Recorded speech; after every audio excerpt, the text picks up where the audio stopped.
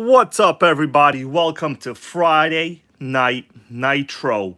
Before I give a proper introduction as to what you see spinning here today, let me just make sure the audio settings are okay, and we will continue, my dudes.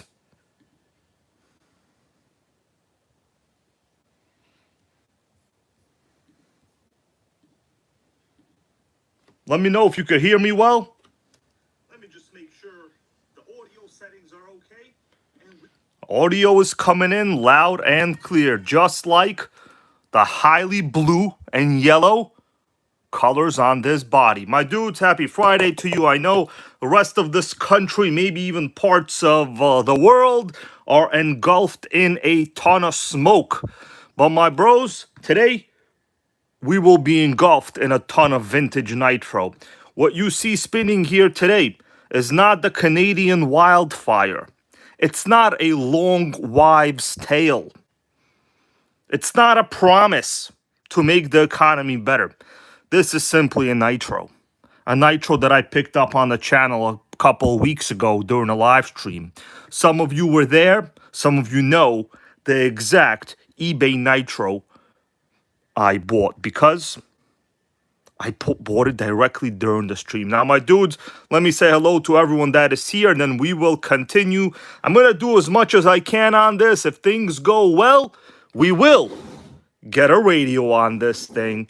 Let me say hello to my buddy Tarek here. We got John Hensley, RPM Nitro, Texas Hill, Clown MTB, All Aspects, John Hensley, Rocky Mountain Bashers. We got Paige, No Music RC.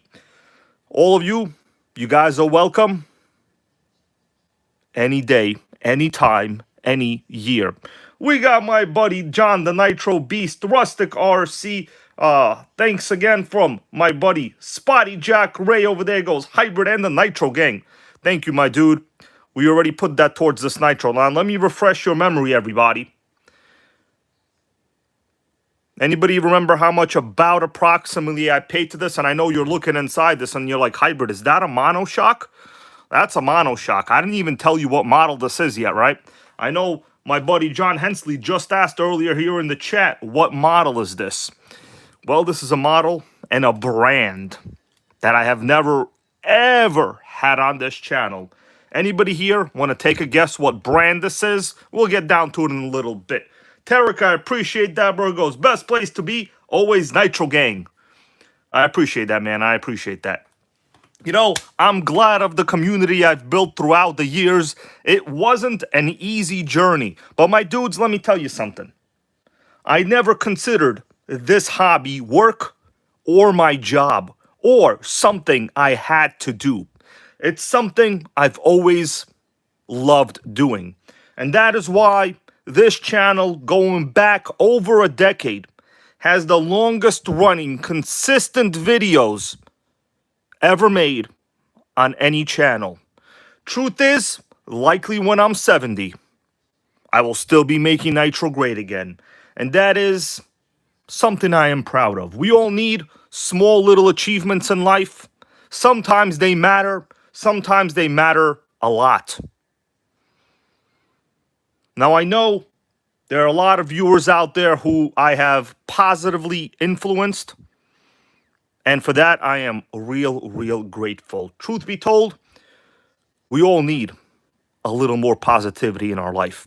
And I don't mean the kind of positivity where you just say, I'm going to be positive and good things will happen. That's nonsense, okay? Positivity is really nothing more than the law of attraction in its essence. If you put things in motion, the things in motion will never stop. You understand what I'm saying? Anyways, enough hybrid analyzation here. In fact, I loved psychology back in college. I thought psychology is real interesting.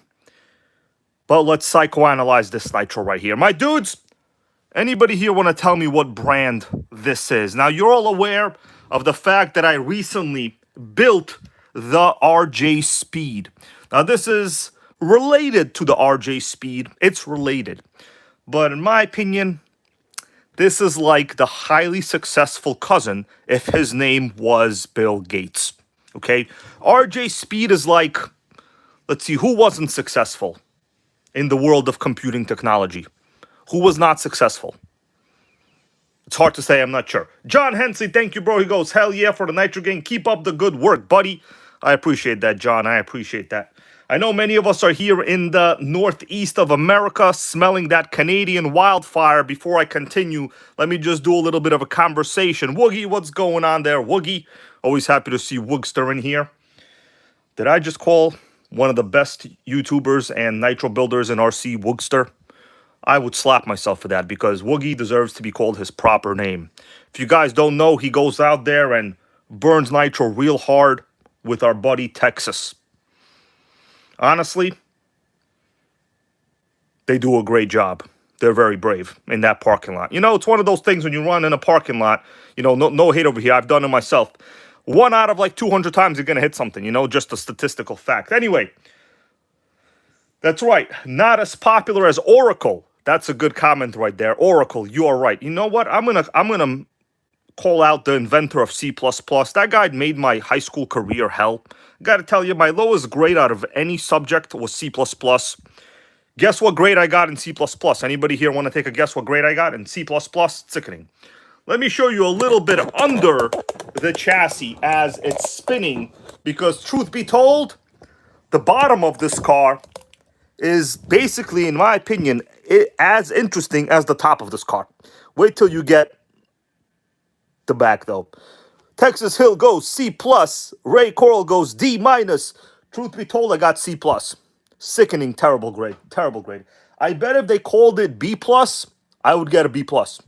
Look at that aluminum in the back. Oh my God, look at that pipe. That's a pipe I have never seen before. All right, bros, let's get down to it, huh? Now, if you want, I will pull up the eBay listing that I bought this from, and we could take a look just so we can compare, well, you know, expectations to reality. I think expectations to reality is very important. Zach, how you doing there, Zach? By the way, guys, I got that SH28 engine I was telling everybody to buy. If you guys want to see it, I could pull it up right now. We got Philip Bender, my dude. How you doing there, Philip? Tarek, we're going to research that bumper, that muffler as well. Let me see if I can get that SH.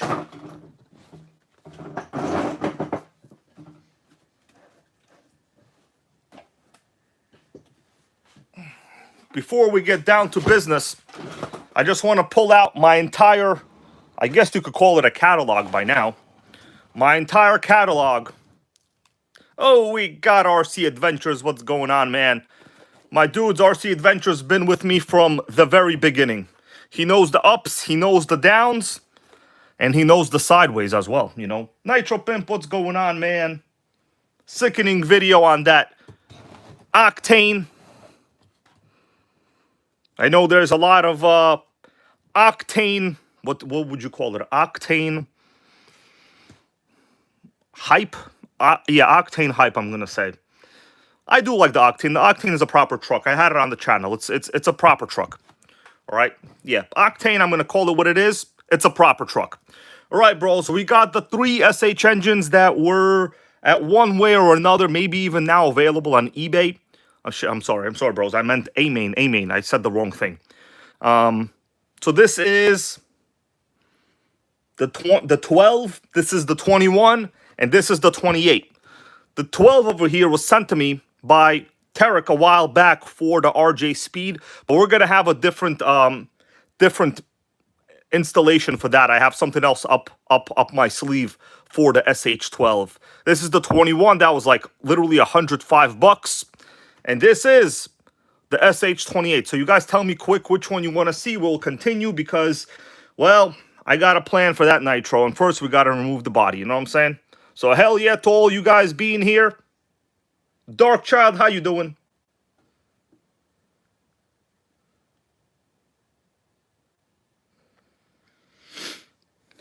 So just so you guys know, one thing to be aware of with those, Monty, how you doing there, Monty? One thing to be aware with those Octanes, they run a very old, well, I don't want to say very old, it's a unique style of gas engine just for that model. It's not like a modern fit-scale gas engine where, you know, it has basically a coil and its own ignition system. The particular Octanes, they have CDI ignition. right, and 2 battery packs. So the ignition itself runs from a battery pack. Now, if that CDI system goes bad, you're not going to have a fun time. In fact, you might even wind up crying because they're so rare and expensive, right? Do I think an 8-scale gas truck is a great idea? I sure do. I sure do. But once again, the octanes have a unique gas engine. Now, today, pretty much everything in the gas world is very similar engines in terms of, they all use like the Zenoa clone engines, right? Zenoas or Zenoa-like engines, meaning there's no CDI ignition. It has an internal coil that generates spark with the flywheel when it moves around, and there's a magnet. But modern gas engines are cheap. The old style Savage 15cc engine, if you can get one today, it'll probably be the price of the truck. You know what I mean? So it's one of those things where if you get one, make sure it runs, or else you're going to have a lot of money that got to go into it, or a heavy paperweight. I was watching the commentator of ABC. You guys remember Andy Rooney? Andy Rooney. He had the last 2 minutes on every show. Last 2 minutes on ABC's 60 Minutes. Andy Rooney. And he said, who the hell uses a paperweight? And that phrase from Mr. Andy Rooney stuck with me.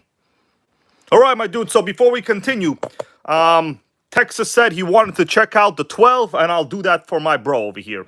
Only RC, how you doing? So this is the 12. I don't know if they're still in stock right now. Go check. Maybe they are, maybe they're not. It's a pretty proper engine. In fact, I would say very, very worth the money. Ray Coral remembers Andy Rooney. I've been getting a ton of Andy Rooney recommended videos lately. I feel like, 25 years after he, the truth has really come out. That guy was a miracle. He was a miracle. All right, so this is the .12. It's a pretty proper engine. I like it. Metal carb, proper looking carb. Proper, normal .12. There we go. For like the low 140s, there's pretty much no .12 like this anymore you can buy. Long ago, if you had the choice between an SH12 or like an OS12, obviously OS12 would have been the way to go. But today, I'd be piling up the SH boxes. You know what I'm saying? Be piling them up. Let's take a look at the new SH28. This one just came in. I posted a link to this the other day in the YouTube page. And, within like probably a day or two, they were sold out. They're not even in stock right now. So if you want one, can't get it. Next time they're in stock, I will try to post a link for you guys.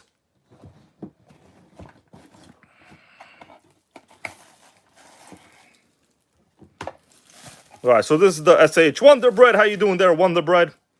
Always happy to see Wonder Bread here. Makes me hungry. This is the SH28. Now, I saw there was a post on Facebook going around talking about there was a cheaper SH28 that people were buying on eBay. Now, that SH28 is not this version, right? There's multiple versions of SH28 engines.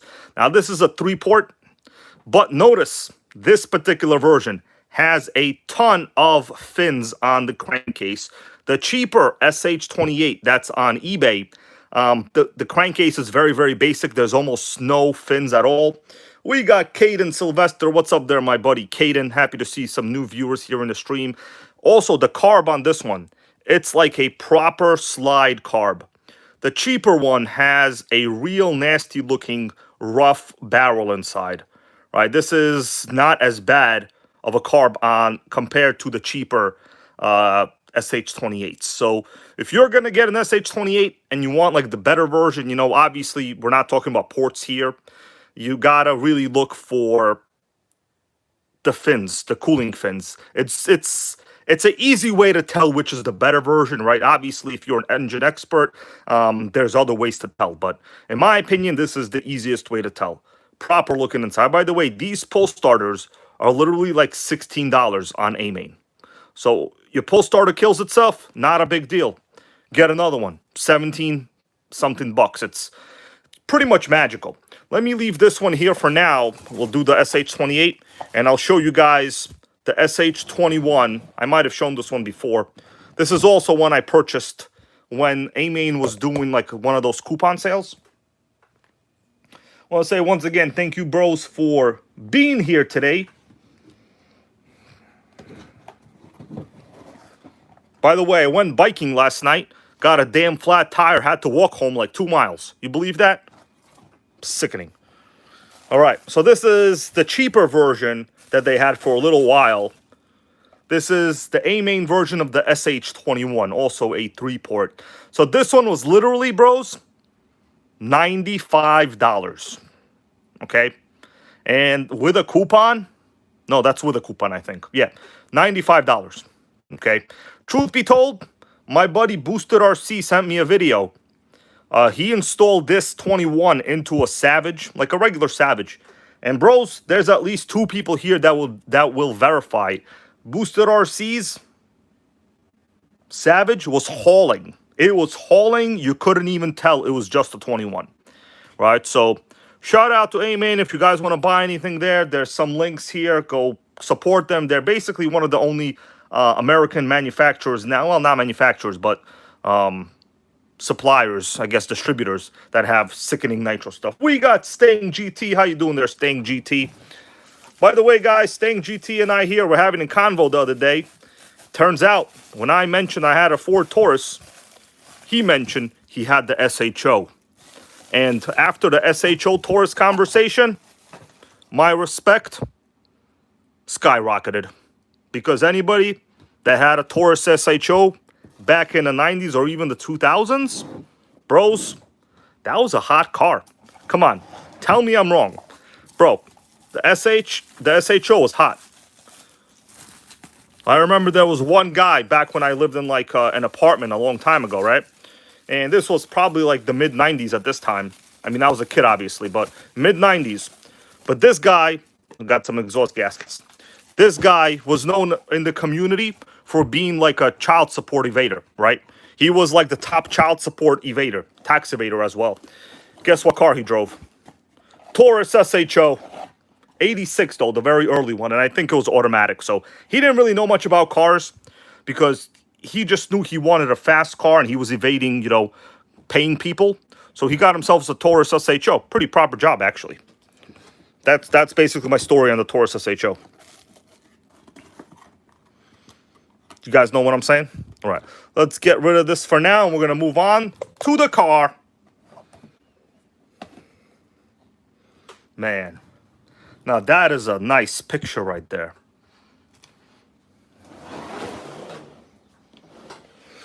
Meanwhile, of course, I was paying my dues, and I was driving a Taurus SE. No, hold on, a GL. I had a GL. GL meant you couldn't make it up a hill. Okay, GL, 150. I think back then those had like 145 horsepower Iron Dukes, baby. That's right, Stang.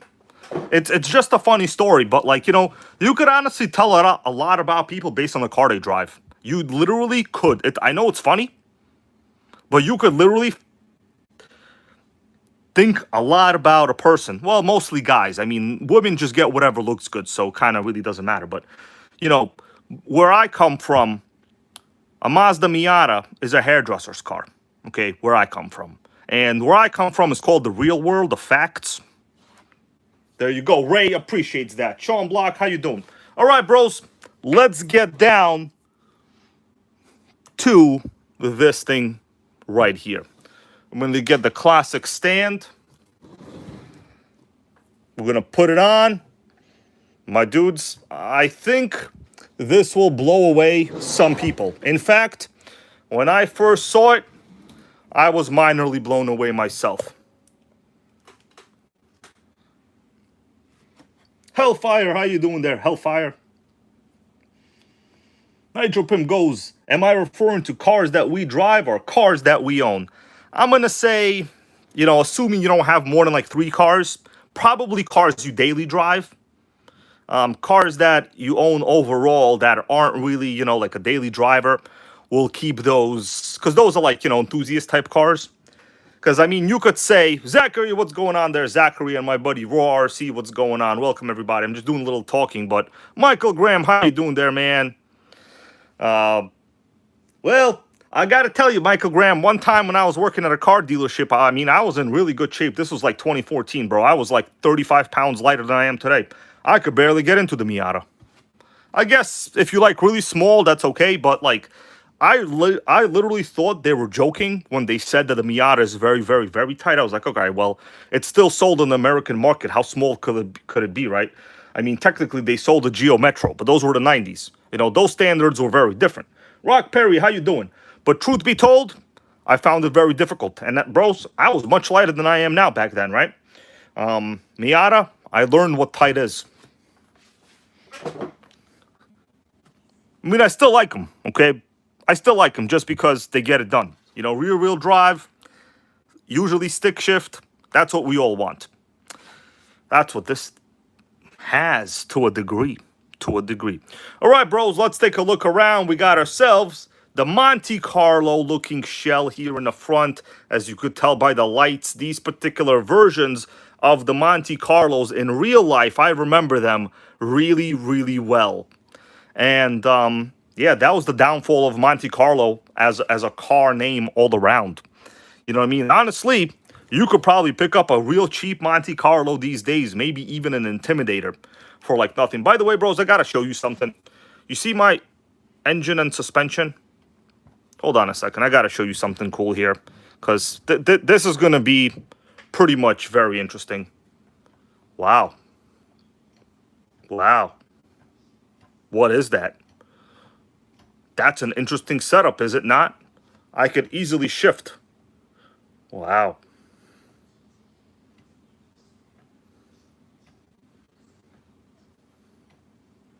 Now, of course, the main thing with the Miatas is you want the high power to low weight ratio, right? You want high power, low weight.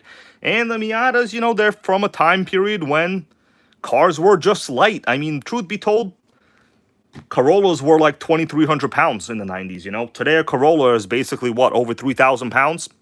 So things are different. Back then, there really weren't that many rear-wheel drive, very light vehicles on the market. I mean, definitely nothing from the American manufacturers, in my opinion. Autobahn, you get a hell yeah Autobahn. I think he is the first one in the stream to actually correctly name this model. My dudes, this is a Bolink. Now, there are many versions of Bolink. In fact, I looked up a couple of them online just before. It's actually very, very complicated. I'm quite sure this is called a Nitro Racer, and it came as a kit. So we're going to take the body off, and I'm thinking continue. My dudes, can we get a hell yeah to take the body off or what? Actually, no. Let me first show you on eBay this actual car so we know what it is.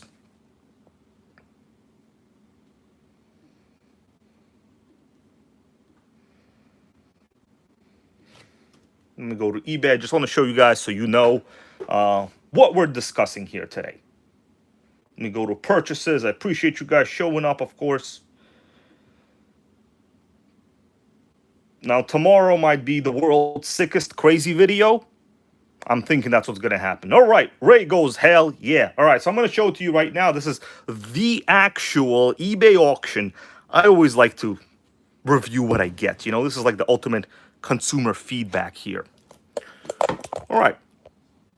So here we go. It says, I bought this item. This is the actual listing that I purchased from eBay during the stream when you guys were here with me.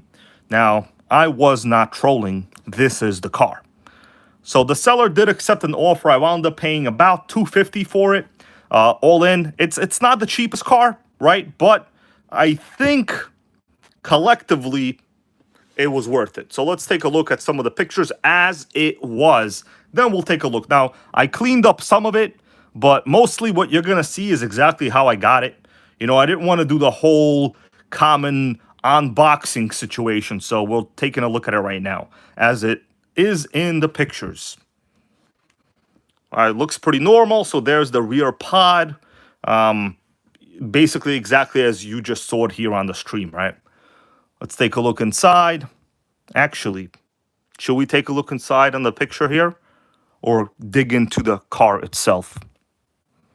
What do you guys think? By the way, that cooling head, I want everyone to think what head that actually is. So this is an OS 12 engine. Okay, Texas Hill goes show the car, homie. Okay, we'll do that, man. We'll do that. But now you guys know basically what I wound up paying for it. About $250. So not the cheapest car, but I think a worthwhile car that will be interesting for the channel and for me. And I'm actually going to run this. This has very high vibes of actually being, I think, used as a, I think an oval racer. I think. John Hensey, thank you for gifting a membership. Oh, Michael Graham, welcome to the membership gang again, my dudes. Appreciate that. Shout out to John Hensey and Michael Graham.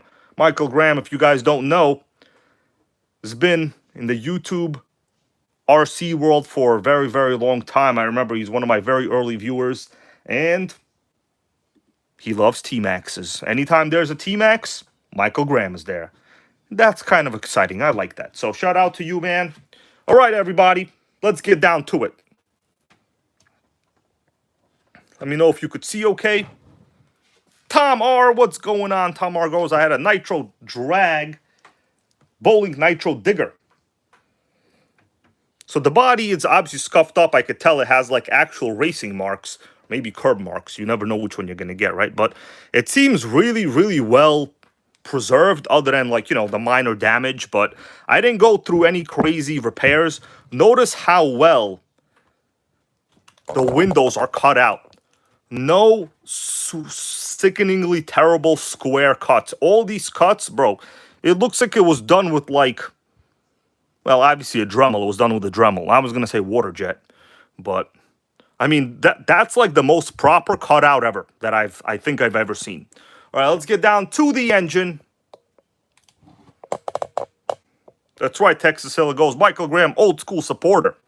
Just like you, Texas, and actually at least like 80% of this chat. Because you guys know, hybrid is not a nitro quitter. Let's do it. All right, so the body is actually pretty dope. No damage on the inside. We'll move it to the side for now. Well, bros, you're looking at the magic. So this chassis, believe it or not, I know it looks kind of basic, but a lot of interesting design features here from what I understand. So the company that makes the RJ Speed, this is the company that already existed before RJ Speed. Bowlink goes down in like the 1980s for racing. So let's take a look around the side. We're going to start off with the engine. Now this for sure is a sealed backplate OS CV engine. I'm going to give you a better look this way, okay? I'm going to rotate it. OS, I think this is a regular CV. Let's see. I'm going to try to move it with my hands here just to make sure we could see stuff better. Okay, yeah, there it goes. OS 12 CV, it says. Now, it has a black case. That's pretty rare. Usually, they're just a regular silver can. That's pretty rare. We do have a ball differential in here. As you could tell, I can spin it this way. The ball diff seems perfectly adjusted, in my opinion. The entire rear end, aluminum. Unlike the RJ Speed design. In fact, I think we should get the RJ Speed in a little bit and compare it. Now, I was doing a little bit of research on which engine, on which cooling head this is, because obviously this is upgraded, not the square head. I think, Love of Nitro, how you doing there, man? Happy Friday to you. I hope you're loving this Nitro, Love of Nitro. I think this is from the factory team cooling head from Team Associated. You guys let me know, because I know this head, there was a similar one that O'Donnell makes, but O'Donnell had a logo on the head. Now, during this time period, right, the RC10 used to come with the 12 CV engine. So factory team, right, the Team Associated upgrade hop-up division, factory team parts, they were making hop-up parts for OS engines. As far as I know, that is very, very correct. Okay, Zach, see you later, man. You have a good night, bro. So let me put it over here, and we'll go dig in a little bit more. All right, so in terms of the rest of the chassis, guys, obviously this one has a custom plate over here, I guess for the body not to cave in. Honestly, pretty good work overall done. This is what you called like an actual runner build.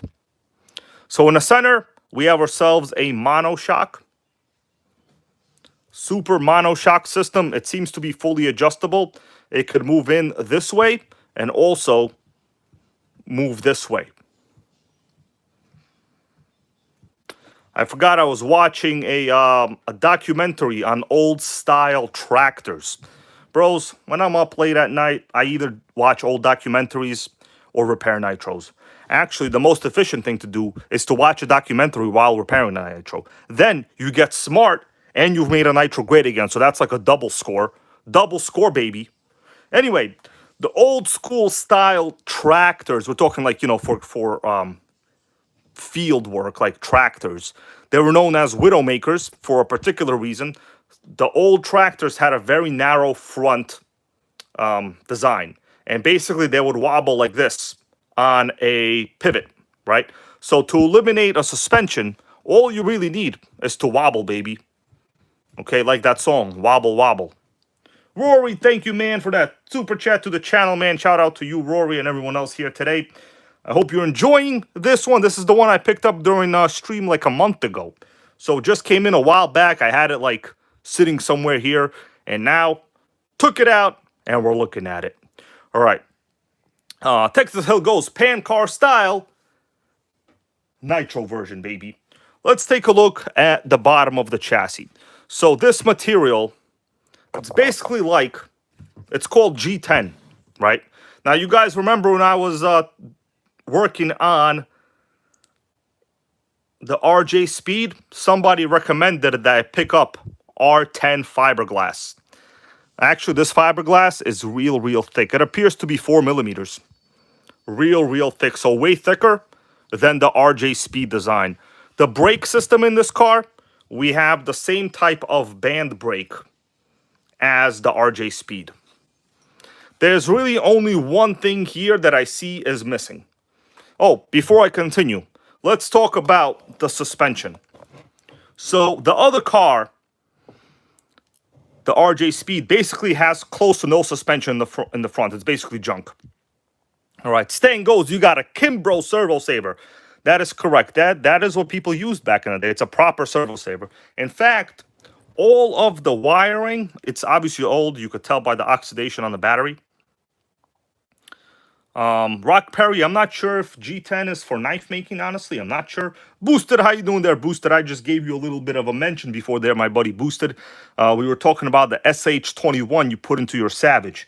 And that Savage was hauling. So I showed people the SH21.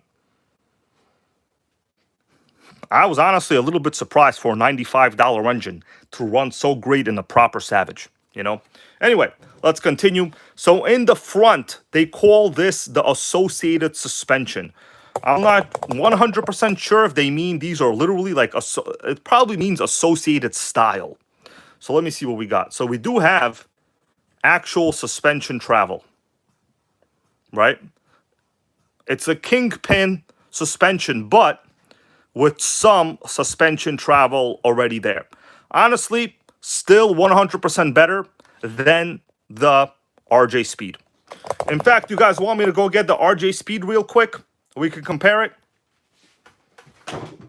Raw goes, never seen one like that before. Me too, man. This is honestly pretty rare in terms of, I think, modern cars. In this segment, this would have been common, right? But these cars were, they were basically just used for racing, right? You didn't buy a bowling for like fun. You raced that SOP. So let me go get the RJ Speed, the one that I built, and we'll do a quick little comparo. And bros, if things go well, we might have a fire in the hole here tonight, okay?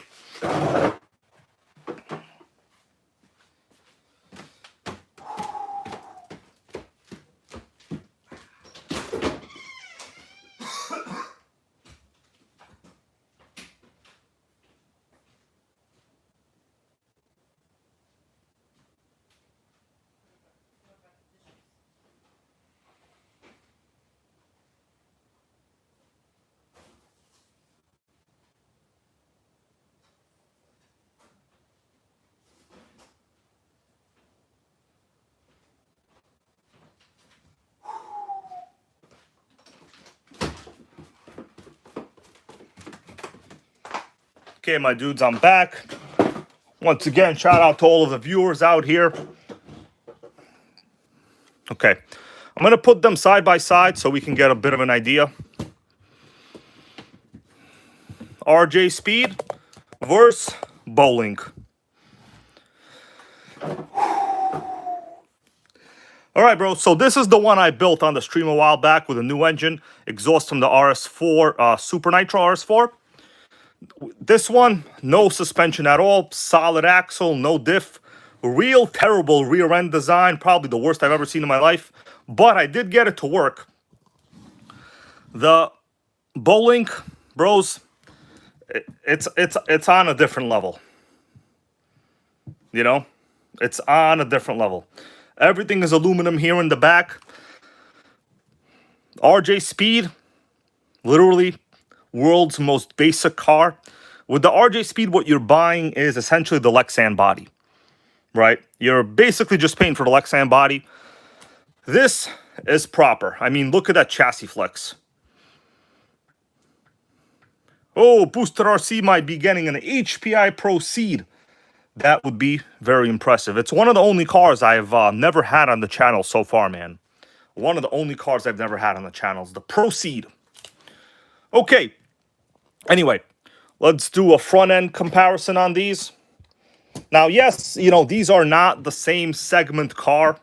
So, you know, you can't really say that it sucks because it's not the same type of car. This is a cheap, modern, well, technically junker.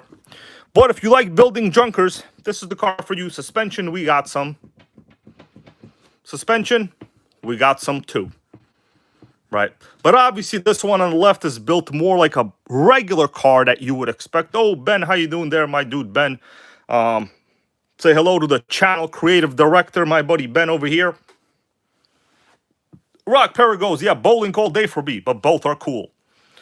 All right, let's get down to this one. But bros, come on. You got to hand it to me. I did what I could with this one. You know, actually, I probably used better parts than this car might really deserve. The worst thing on here is like the Traxxas Stampede fuel tank. But, bros, we got a proper, real rare peak racing Diablo engine. Do you understand how rare these engines are today? And all this sickening power going to a can muffler. It's honestly a little bit embarrassing if you ask me. You know, a engine like this deserves a nice tuned pipe. But there's just no space here to get a header go this way. You could probably do an MIP, but then the loop would look kind of crazy, you know what I mean? Anyway, if you want to make them run, sometimes you got to make them sacrifices, right? Let me show you the thickness of the chassis on each one just so we have an idea. So like I said earlier, look at the thickness of the chassis. They're both the same material, G10, which is basically like a fiberglass material, I'm assuming. Oh, we got the Nitro Addiction, man. How you doing? Nitro Addiction, longtime channel member here as well. I hope, I know he was on a vacation recently, so probably this week Nitro Addiction is going to be pulling out those sickening streams again that you guys should not miss during the week. All right? But as for me, I don't go on vacation anymore. You know why? You come back tired. There you go. Plus, what the hell am I going to go vacation for? I already know, Melissa. No point. Just kidding around, bro. That's a joke. Okay. Let's continue with this one. But I'm going to ask you guys a question. Given the chance, given the option, as you see here right now. Yep, Nitro Addiction goes freaking exhausted. You see what I mean? Like, bro, you need a vacation from a vacation. You know what I'm saying? I get how that is. Plus, you know, like long ago, common people could easily afford proper vacations in like Dominican Republic, in like Mexico. Today, the common people are no longer that common. They're now called the lower class, to be honest with you. Never thought I would have to say that, but it's kind of like what it is. And there's a reason, there's a socioeconomic reason behind it.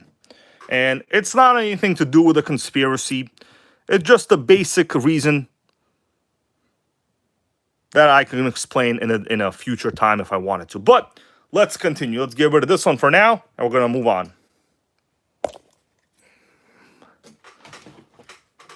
All right, bros. First things first. Notice the fuel tank. It's definitely an associated fuel tank. Let me take a look at the online information we can get on this, just so we take a look at the kind of model this is. Now, I'm not 100% sure this is the model, but I think it is. So let's do a little zoom in on this.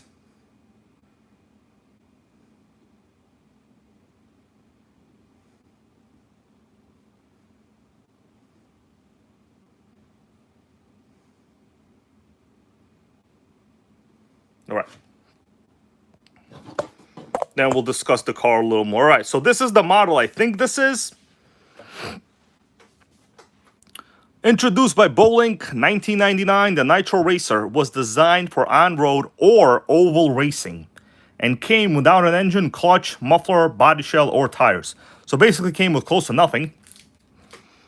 The model is based on a G10 plate chassis. That's what I thought.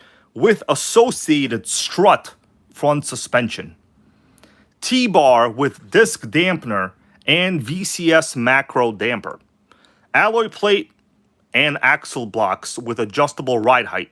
Steel axle with bull diff, alloy hubs, and bearings. Honestly, that seems like a good list of features for what you get in a kit compared to the Bolink, bro. Compared rather to the RJ Speed. RJ Speed, what you get is poorly designed everything. Let's scroll down. Notice in this picture, they have the OS 12 CV installed. Aluminum CNC hubs. I mean, this is a proper design. Here they have, this appears to be the Dynamite .12 engine, I think. Dynamite bros used to make nice small blocks. And now they make, well, no engines because Horizon told them not to. All right, so no shout out to you, Horizon. We also have the correct Monte Carlo body. That's a pretty proper design. Weird thing is, there's a couple versions of this car. I'm not totally sure which one this is.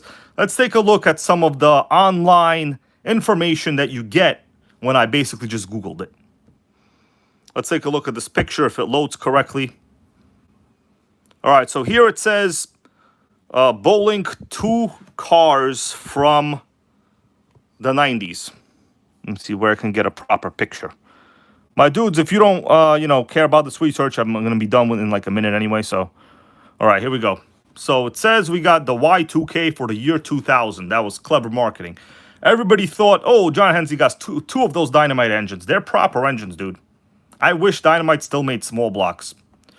So I'm quite confident this is the one we have, the Monte Carlo. And notice they had a Ford Taurus.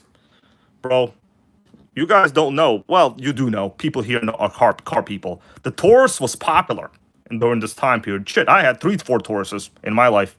So I think this is the one that the car we have. So let's do a little bit of a zoom in. Bros, where are you going to get on any channel, you tell me, such insane computer clarity through a stream? Nowhere. Nowhere. In fact, streaming in this kind of quality has essentially killed my phone battery over the years. I need a completely new phone now. All right, so in stock now, blah, blah, blah. Oh, this is funny. I got to read this, bro. I got to read this. This you guys are going to enjoy. Usage of nitro-powered bowling cars may be way too much fun for some RCers. No whiners or crybabies allowed. Can we get a hell yeah for that statement?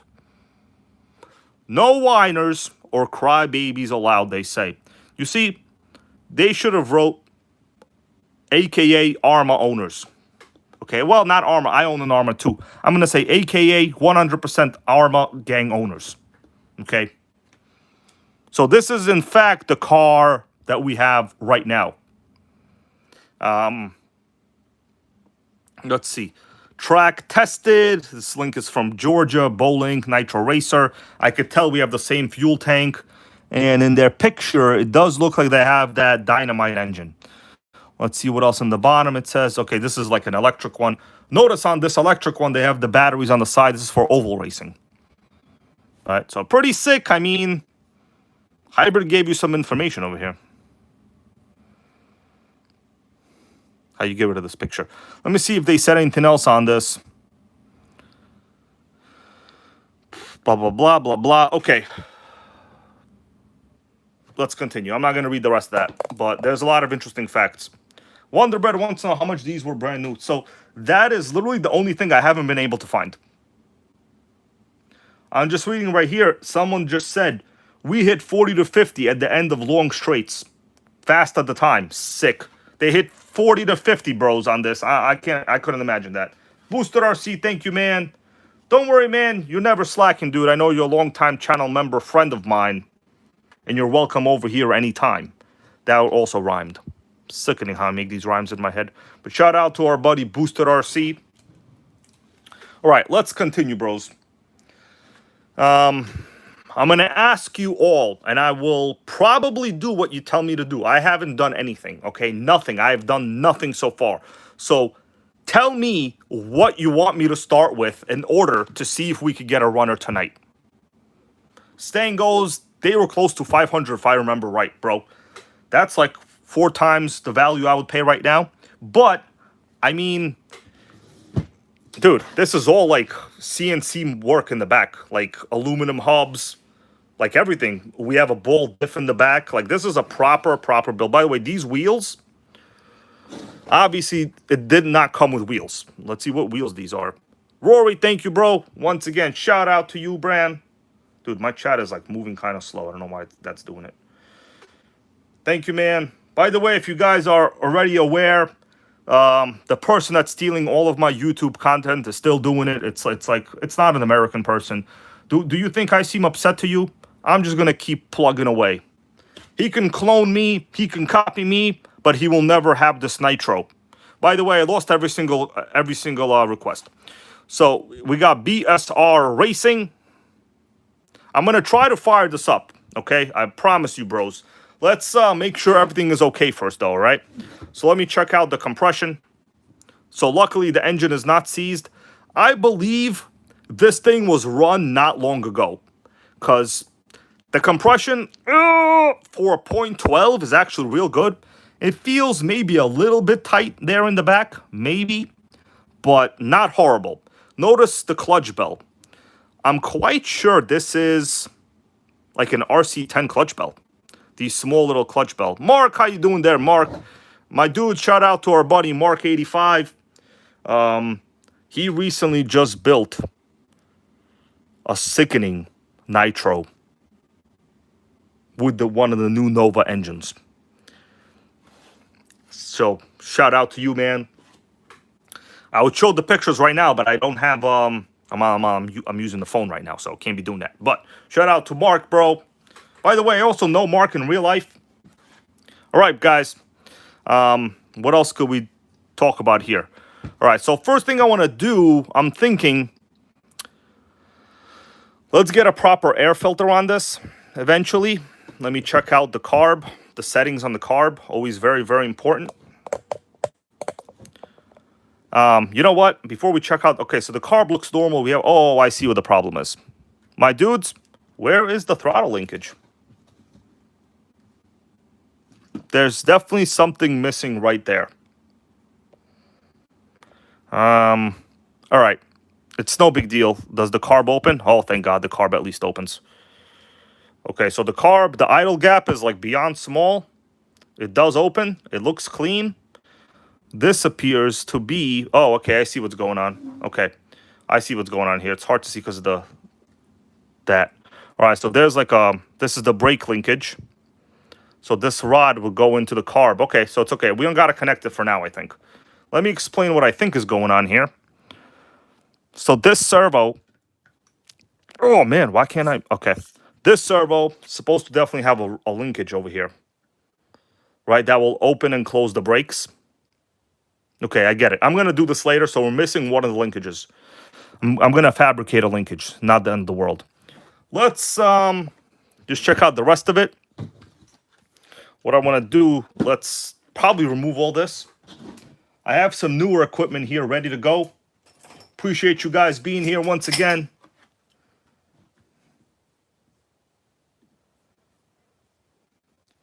Okay, John Hensing wants to know, what is that yellow part? I think you mean this one. To me, it's orange. It's yellow. This appears like something the prior owner did to make sure that the body doesn't break. It's literally like a piece of plastic just sticking out. That's all it is. You know? It's a wall bumper, correct. That's the right term from Rock Perry. Wall bumper. I would say it's a wall bumper. This is probably an oval car. Probably oval. Because, well, you know, for going oval, you're basically always turning one direction. So having a suspension that can twist like this, right, and also twist like that, bend like that, would be what you wanted, right? Having an independent suspension actually wouldn't benefit you for oval racing. You guys let me know if my assumption there is correct. Obviously, I'm not, I'm not in the racing world, but I have read some articles. Particularly, I don't find the racing stuff that exciting because it's not anything I will ever do. All right, let's detach this. We're gonna see. Obviously, this is destroyed. All the wiring here has to get reprimanded, you could say. But really, I mean, everything is installed fairly tight on this one. Booster goes, awesome design. Yeah, I mean, it actually has. I mean, this is probably a proper oval race car.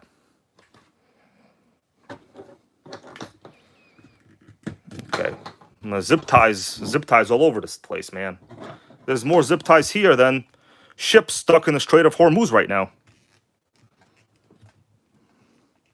So what do you guys think? Good job picking this thing up, or should I have spent the money on something else? There's always Northeast Mods. What's going on, man? Yep, we got ourselves a bowling. There's always what you call an opportunity cost.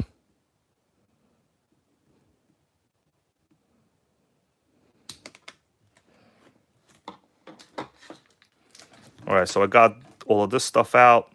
Let me just make sure. I have a radio system here ready in case I want to test it out. But either way, the whole linkage is not connected. So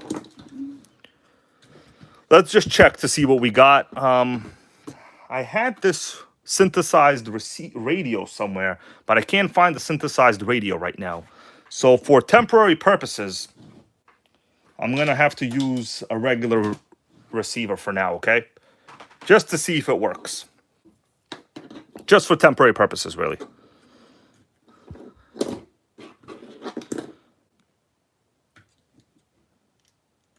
It doesn't matter anyway because the system needs to be fixed. But I just want to see if at least the steering and stuff work and the throttle servos. Then I'll know where to go, or at least what to order.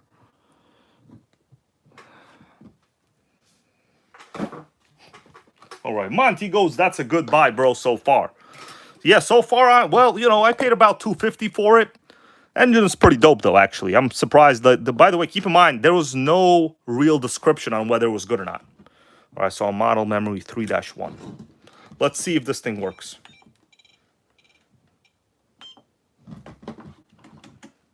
Okay. Power switch works. Let me connect some of these servo wires. We'll just check it out.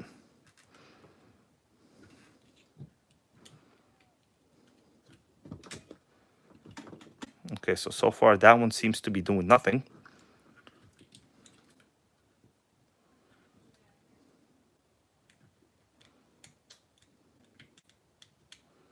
But really, I don't need the radio to start it, so that's assuming it does start.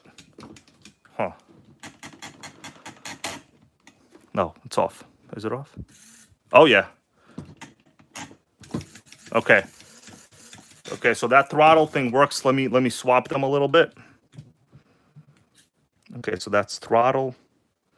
This is steering. Oh, man.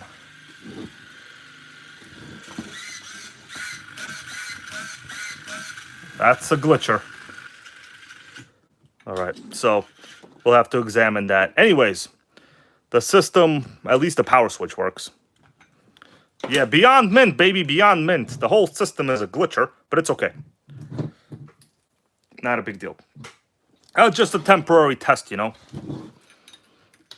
Okay, guys. So next thing I need to do a pre-start check. Yeah, who knows? Maybe the servo's toast. That's no big deal. Today's servos are like not even a problem. Okay.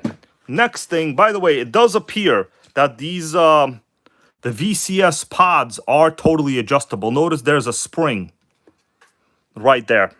If you tighten this, this top plate will apply more pressure and it will not move as easily. Right? So right now you could see it's basically friction based. But I mean, you know, if you're turning, it has a good amount of travel with one side.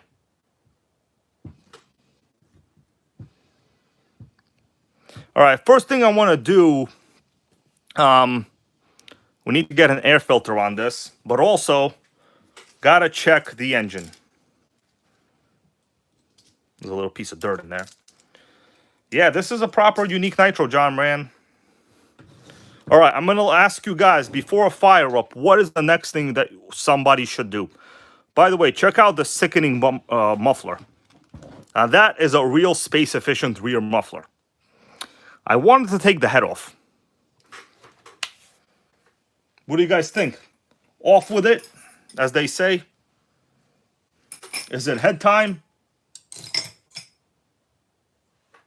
Don't say that around the wrong people, though. You know what I'm saying? It could be misinterpreted easily.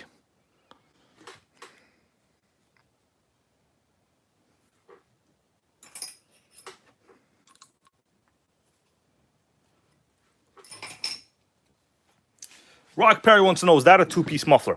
It does appear to be screwed in from the top.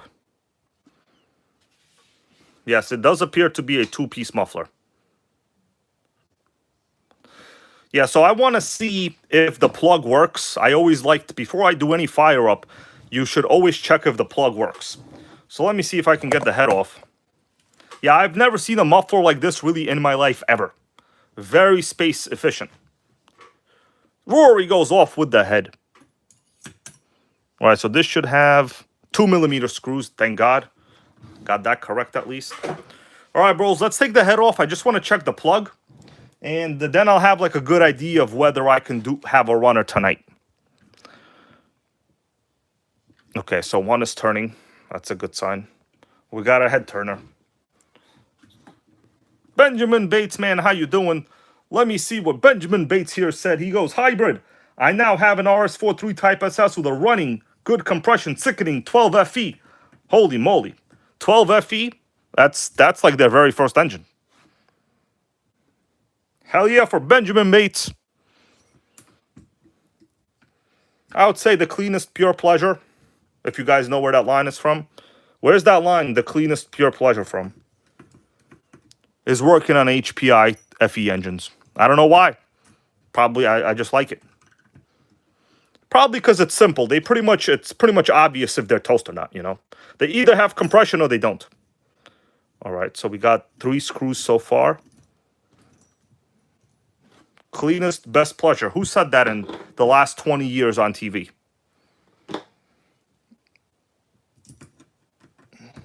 Okay, last screw. Always at least check under the head. I know sometimes you want to go rush and start stuff, but you really should always at least remove the head if it's doable. All right, all the screws look okay. Let's take a look inside, bros. Oh, yeah. That looks properly clean. I don't see anything wrong with it.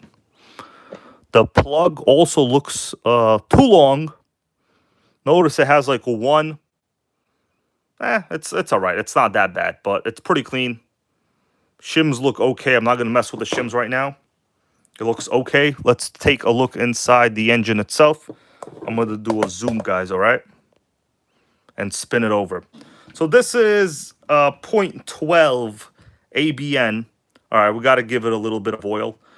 The sleeve is a little on the piston's a little on the dirty side. Let me see what's that rock thing over there. Let me take a look at that. Let's see if I can scrape that off or something. Always gotta check. Let me just see if I can do a little scraperoo. It's just old oil. Yeah, just a piece of like carbon. Nothing crazy. Yeah, these engines, the ABN engines, you can't really like, their compression isn't the same as the ABC. So let me put some oil in there now. You see, good thing I decided to take a look inside. You should always take a look inside. Because, bros, you never know if there's pretty much even no oil in there.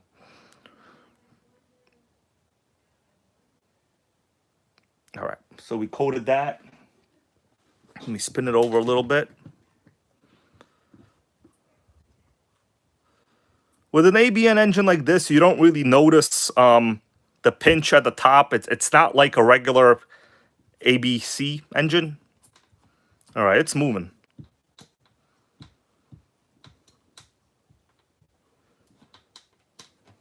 Once it runs, I'll basically know whether it's toast or not.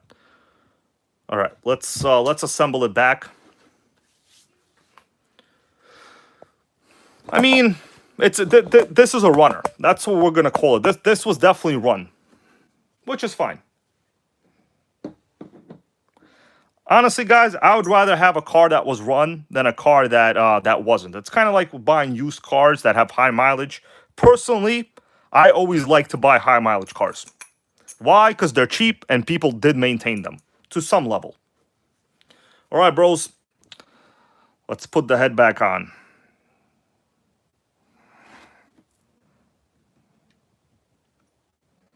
See, I don't remember which way. You know what? Let's remove this for now. Okay. Check this. Is this solid? Yeah, that's good. All right. That's right, Rock Perry. That's where it's from. Correcto. Yep, this is the cleanest, best pleasure.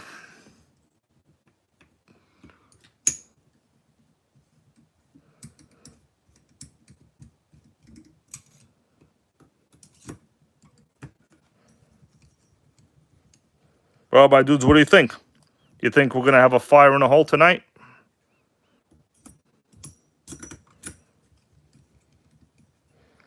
Oh, yeah, Chris Hansen is out with a bunch of new ones. With his really shit network called True Blue. Dr. Diabetes, how you doing? Thank you guys for showing up tonight. This is the car I picked up. Let me just do a little bit of a explainer again. From an eBay deal about like a month ago now. All right, let me tighten up the head screws. And my dudes, I think there's really not much left to do. I can't do anything with the electronics. I'm going to have to swap the servo, I think. What do you think? We got a runner today?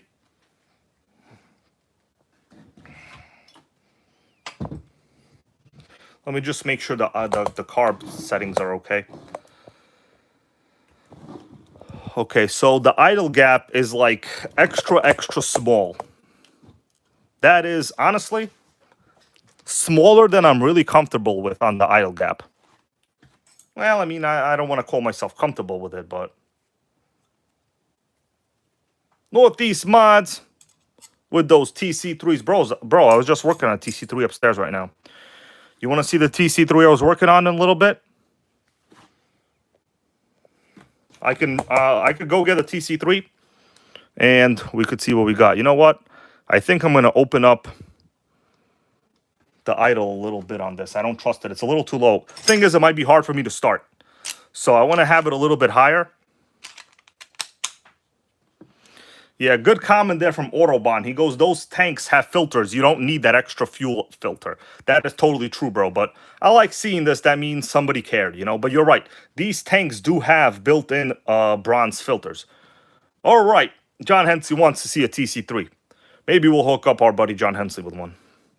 Let me open this up a little bit because I don't like it's too low. That means it's going to be a little bit hard to prime. You could always adjust it when it starts. Let me check the low speed.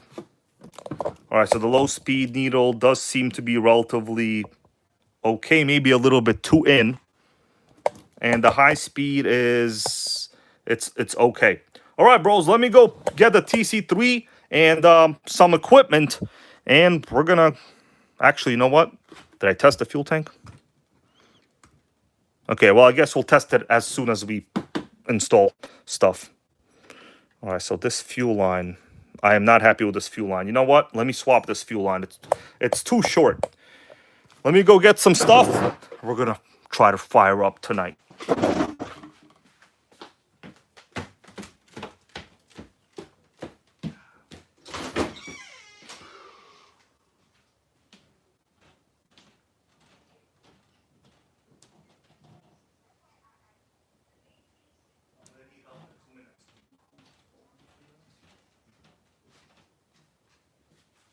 Hello.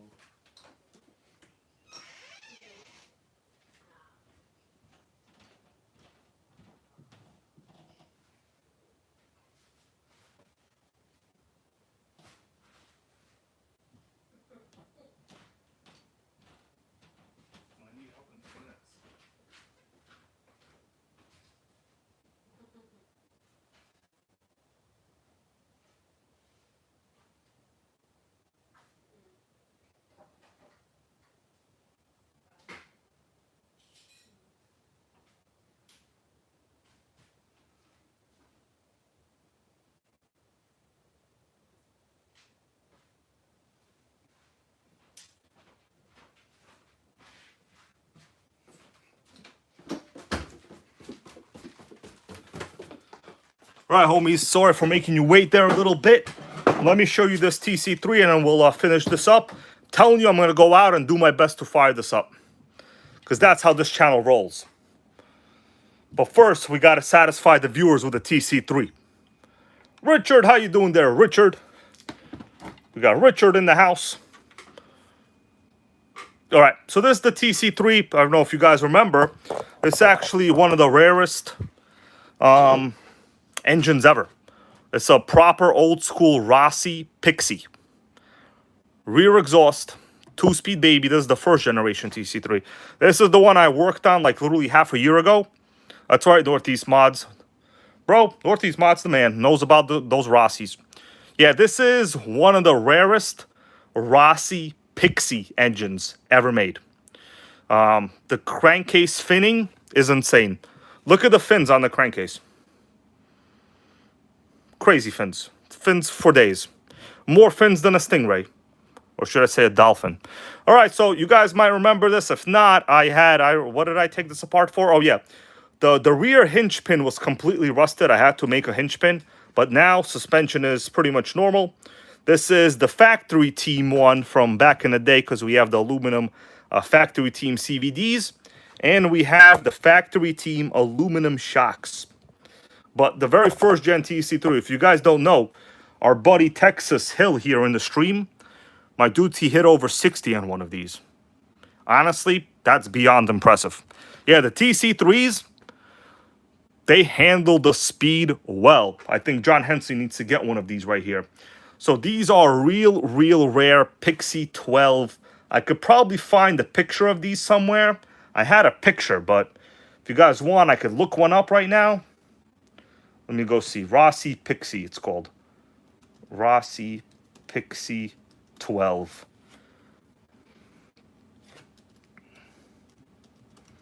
That's if I can find it. Images. Oh, I think we found it. My dudes, you want to see it? Here you go. I'm going to show. This is the engine. Oh, by the way, notice how fat the upper fin is. That thing will never bend in the world. So yeah, this is a proper factory team TC3, by the way. All right, so let me show you the Pixie 12. I mean, it's not much I could show you, but I'm going to show you the pictures of it at least. All right, that I found. At least what it would have looked like brand new. This is Hong Kong dollars. I have no idea what that is. But this is, in fact, the engine. Yep. Northeast Mods, you are correct. We have this one. This is the very desirable one. Look at that giant carb. That's called the giant carb. I fired it up. It actually runs like new. So this is the engine. Just so we have a better look at it right now. Look at all the fins, bro. There's literally nowhere on this block that they did not add fins. It's called finning. You know, sometimes people say you're winning. This is finning. Fitting, baby. Never thought I would even say that. Finning for real. But it's an old listing. Basically, this is the only info I was able to find on these engines. There you go. All right. Yeah, proper 3-needle carb too. All right, let me show you a little bit more up close on this. So I have the radio gear a little bit disconnected right now, but this thing is ready for a run. Last time you guys saw, I had the whole rear end removed. All right, so these TC3s, if you guys are able to get one with a high RPM engine, they could hit like 60 plus, no problem. No, look at that gearing. The gearing is fatter than some parts of Beyonce. Okay, look at the gearing. Giant, large gearing. Not like those 15, 16 tooth little pinions that people use. We have a vented flywheel. I'm sorry, vented clutch bell as well. All right, so this is just to keep the closed because I just started without the, and also rear exhaust. So the rear exhaust on TC3s is like really funny looking, but this in fact is the correct rear exhaust setup for this engine. They have a really kind of easy area to get air leaks over here, so because the header is like thin and then it goes into a real fat pipe. So notice like the way that this header actually looks. It's thin to fat, like, so you basically need 2 zip ties. You know what I'm saying? Yeah. Peace play goes, I like the welds. Yeah, these are pretty proper pipes. So if you can get the blue aluminum one, the blue one would have been the factory team pipe. But anyways, as you guys could already tell, I'm a TC3 lover, and I am not embarrassed to say so. This is the first gen TC3 with the camber links in the back on the rear end. Right. Okay, bros. Also, if you didn't know, TC3s, unlike every other car, the Law, how you doing there, Lawman? I hope you're not Judge Dredd, though. Are you Judge Dredd? Kidding around. They have ball diffs in the diffs. Well, ball diffs are the diffs. Okay, anyway, you get the point. Saying they have ball diffs in the diffs is not very clever, because that's basically a double statement. All right, bros. Let me connect the fuel line to this. I got some more fuel line, a little bit longer. And we're going to get ready to rock and roll. All we need is Texas Hill over here to play us a little bit of Metallica. Then things could really have a party. You know what I'm saying? Let me connect this. Actually, what I like to do before I do anything to check if the carb is not clogged, I like to blow through the fuel line itself. So this thing always works for me. So let me just blow through the fuel line a little bit. And I can basically gauge if the engine is getting, if the carb is clogged. I know it seems silly, but bros, it works for me. Okay, so at this point, very little air is going through. Let me open up this. I'm just checking to see if we have any airflow in the carb first. All right, it's very, very tight. So what I'm going to do, I'm going to open up the high-speed needle first, and then check if I have a little bit improvement. Then I'll go to the low-speed needle.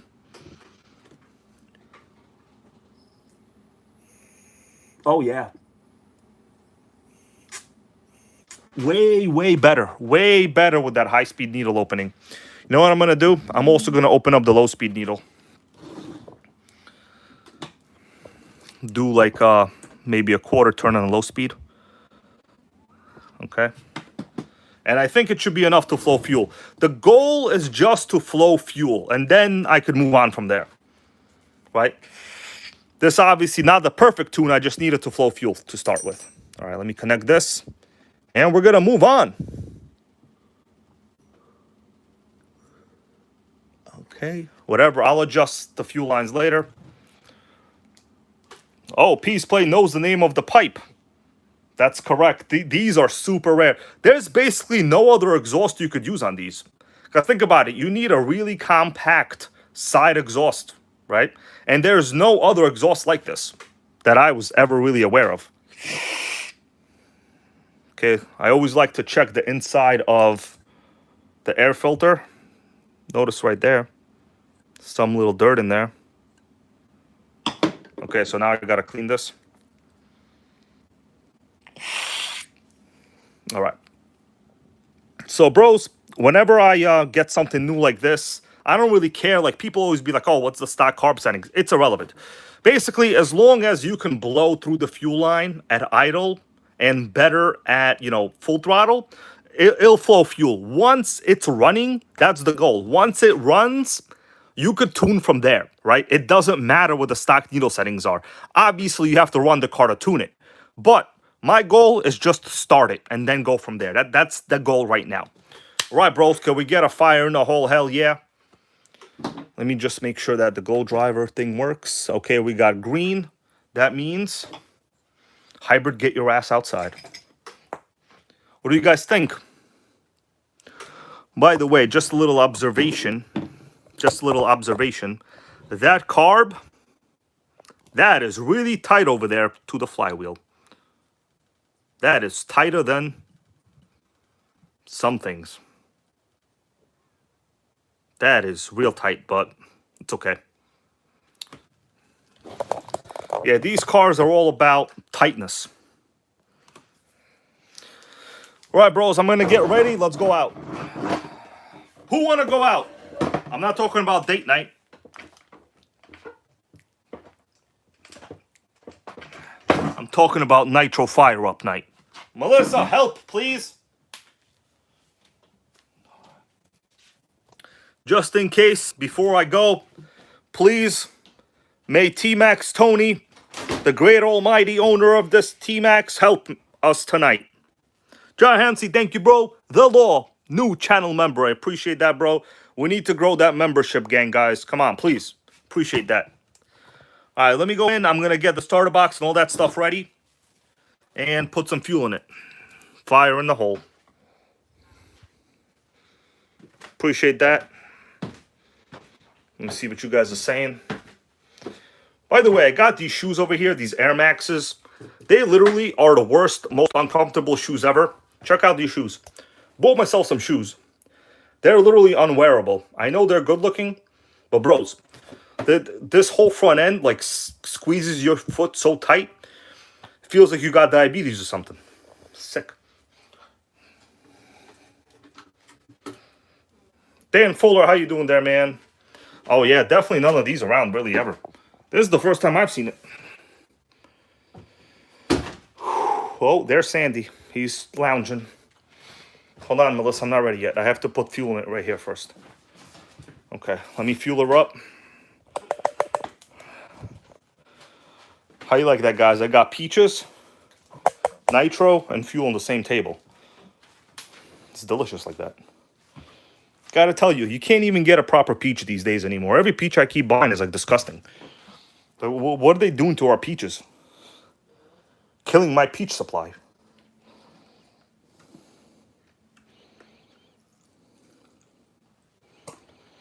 Okay, about half a tank in there.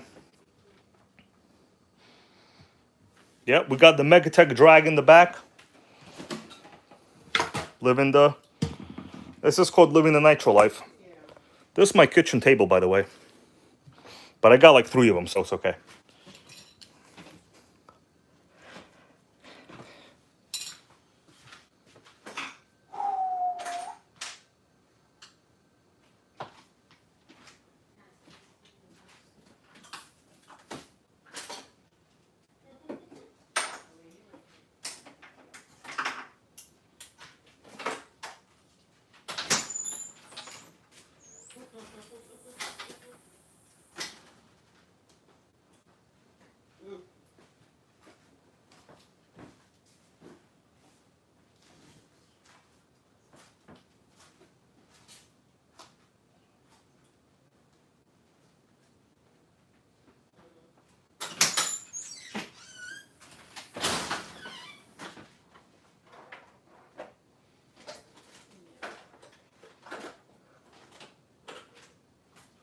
All right, bros, give me a second.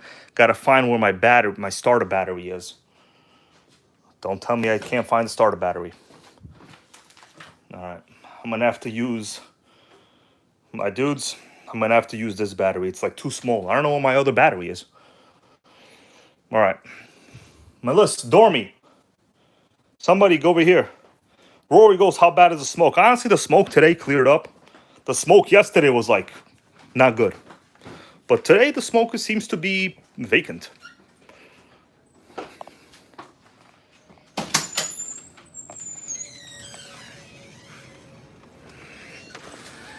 I mean, I could look outside. There's no fog anymore, really. Yesterday, you couldn't even really see in front of you that much.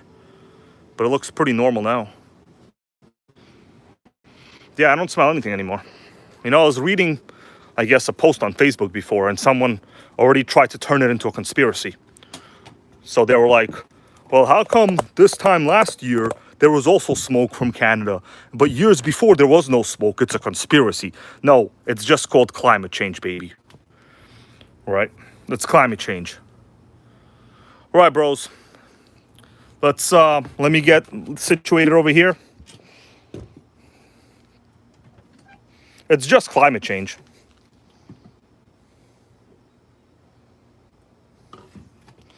Need to get another bigger lipo. That's obviously not going to do it.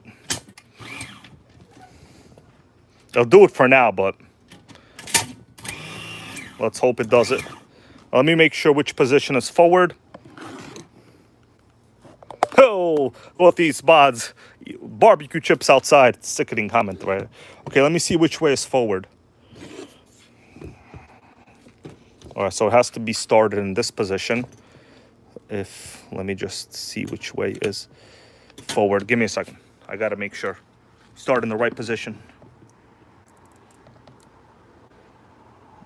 Okay, so it has to spin left. Okay, so this is the position. I hope we have enough access to the starter box, actually, to the flywheel in this case. My dudes, can we get a hell yeah? If this don't work, I might have another method. But this might not be the correct starter box. I might have to get a different starter box. That's right. The monoshock, this monoshock does actually a lot. Actually is a proper working monoshock, believe it or not. My dudes, I hope we have enough access here to the box. All right, so it's definitely in this position that it starts. I'm gonna try to prime it first. Doing my best to give you guys a good view. This is a little bit difficult. Okay. Because basically the way this pod starts, it like hangs off the entire front box. You see what I mean? Like it's gonna be real tough to even prime this. That's assuming I can get it lined up perfectly. And I don't even have the good light over here right now. Let me see what we got.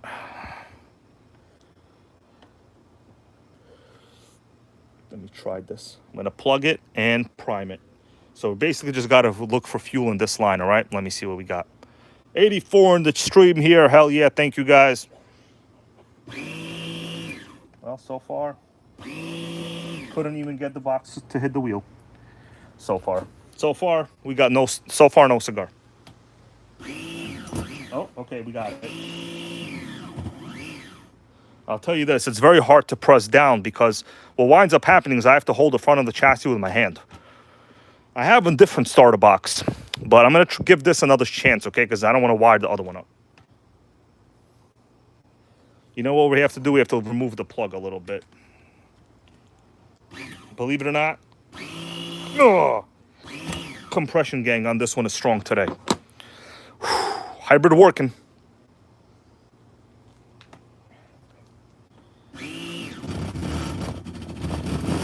All right, I heard it. I felt it and I heard it, and actually sprayed me a little bit. My dudes, I hope it starts. Let's see what we got. Place your bets right now. This is better than betting on wildfire smoke.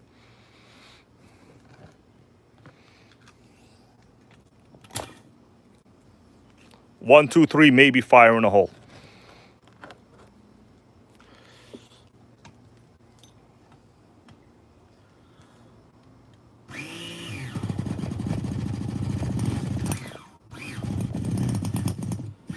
It's close. It's close. The battery is too weak.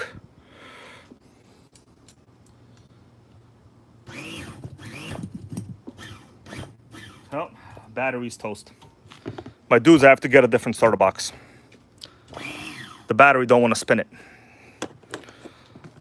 It's too high compression.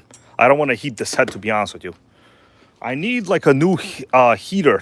The thing is, I definitely heard it try to fire up a little bit. Let me try one more time. If not, I'll get a different box. But that battery's toast. That's what it is.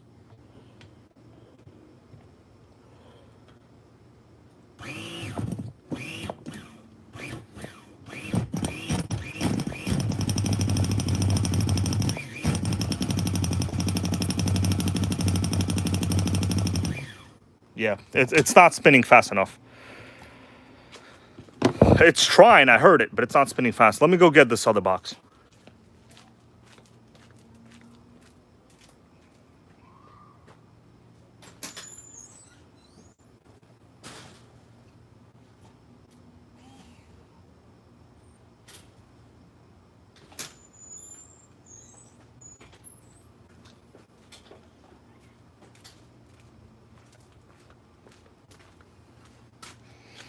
All right, my dudes, we got the big boy. When in doubt, get the Kyosho. You know why? Because Stang GT earlier said Kyo show for the SHO Taurus. All right, let me figure out which way this spins now. Give me a second. All right, so this is going to be spinning in this direction. I got to redo all this now. But I think he'll start.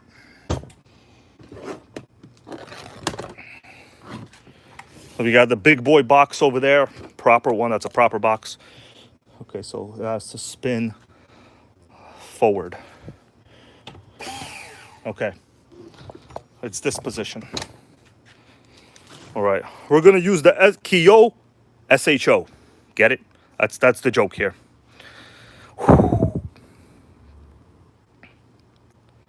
All right, sorry guys, I haven't been reading your comments here, but I see what you just said. Okay, I see grease points. I'll answer that later. Hybrid working out here. So this is a proper starter box.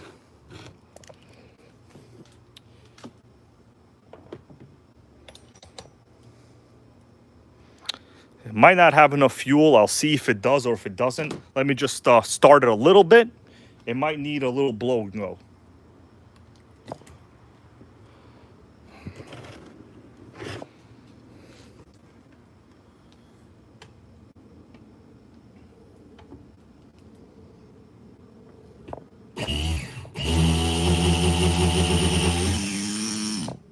Bros, it just started. We got to raise the idle. I heard it running a little bit. Did you hear that? I heard it. It was a little mini fire in the hole. I'm going to raise the idle now. And I'll tune it as needed. But it definitely started. Bros, that felt mini baby success. Let's go again. This pipe is like super quiet.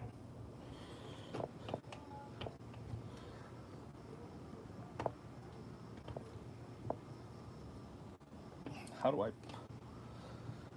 Hard to see where I'm lining it up.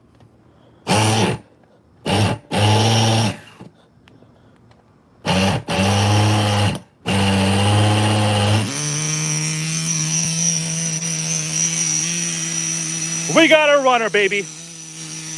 Let me let her run a little bit. Yo, this thing is like, okay, so gotta open up the carb. It runs. Let me get the carb a little bit adjusted more. It's real quiet, bros. All right, it's real quiet. It's possible we need a little more flow, but I mean, it started. Hard part is here, I don't have the radio connected, so I can't do any throttle trim. So I'm just kind of hoping it starts, you know? Let's try again. Plus, this box is real hard to like press the thing on. But I mean, I said we're gonna run it. Oh, I'll fire it up at least. And fire it up. Let's do a little more. It needs a little work, but Law, welcome back, bro. You're now a channel member. Thanks to John Hensley, we got a runner. Let me try again a little more.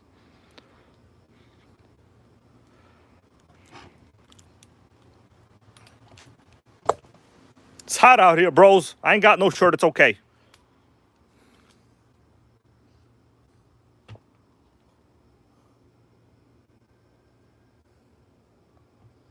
It's hard to line this thing up correctly.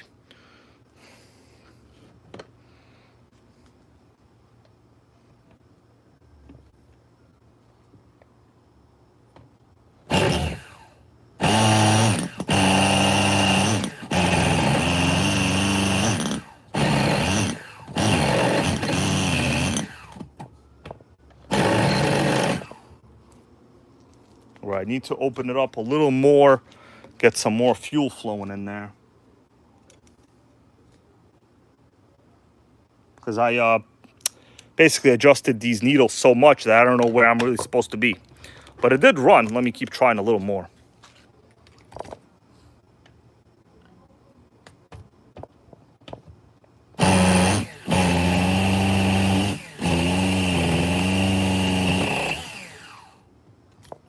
Okay, the wheel got to chill a little bit. This wheel is getting too hot. Let it chill a little bit, guys. Well, now it's having a little bit of a hard time. I wonder why. Let me blow a little bit of fuel through it, maybe.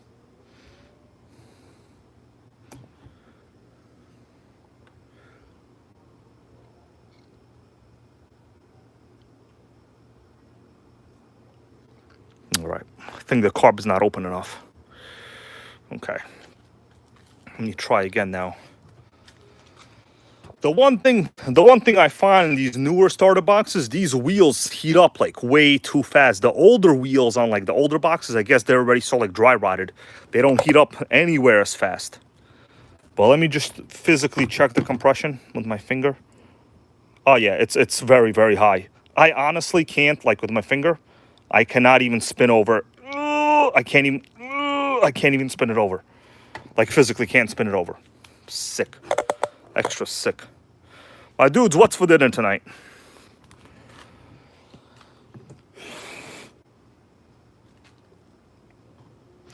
I'm gonna try this one. I'm not sure if this glow driver works, but let's try it.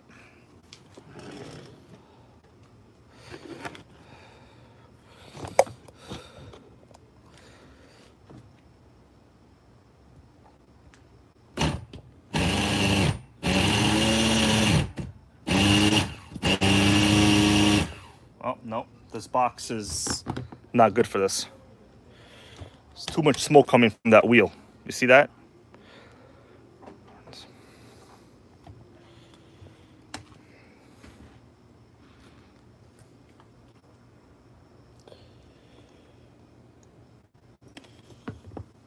Let me open up the low speed, the idle a little bit more.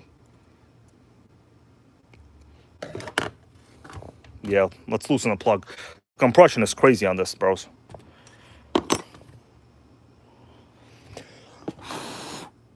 It's kind of why I don't like these. Normally, you don't see me use this newer box unless I'm convinced it's perfect. Thank you, Rustic RC, bro. We got to make that trade happen, okay, bro? I think I found a piston sleeve. I'm going to try to make that 3.3 run, hopefully over the weekend. But that 3.3 in that Jado was toast. But I think I might make something happen, but if not, we'll see, bro. Okay, let me try it again.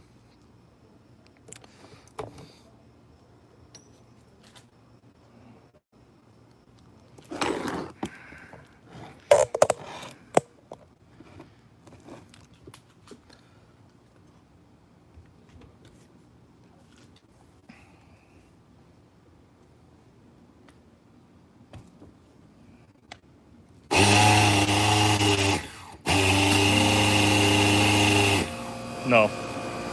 Let me go check if this glow driver is dead, you know? What's the chances of this thing not being working? Let me be right back.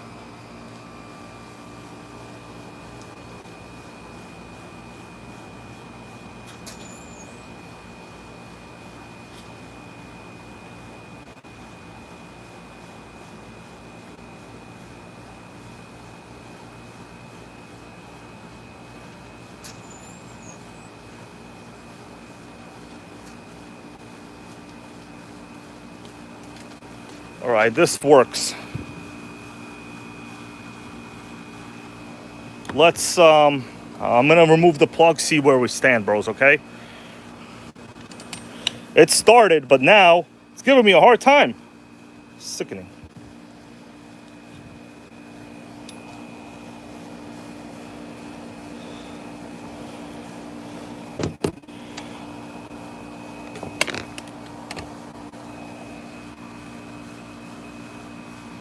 You know what? I think I flooded it before, maybe. Let's see. No, this one's good. This plug is A-OK.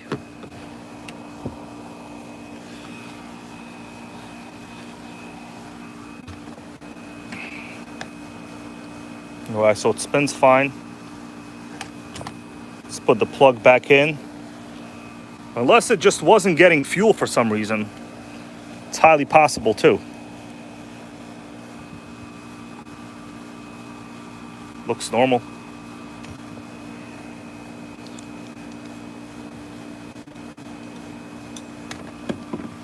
Let me blow a little fuel through it again. Sick.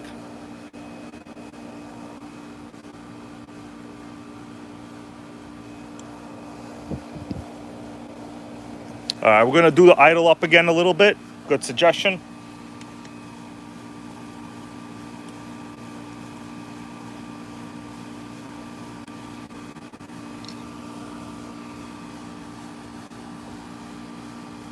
That's where I am.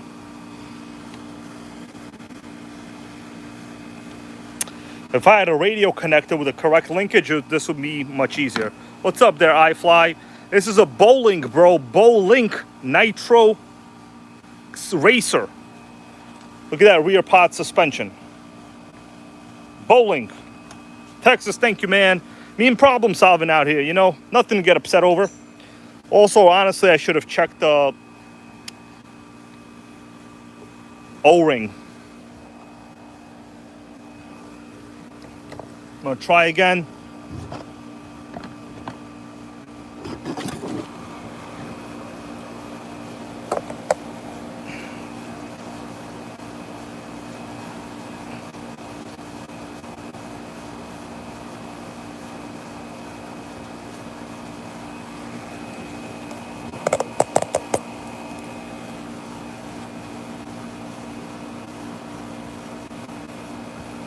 Bros, can't see nothing. Gotta tell you, it's hard to see anything. Let me just try to start it from here, okay? I'll change it. Filter should be okay. Oh.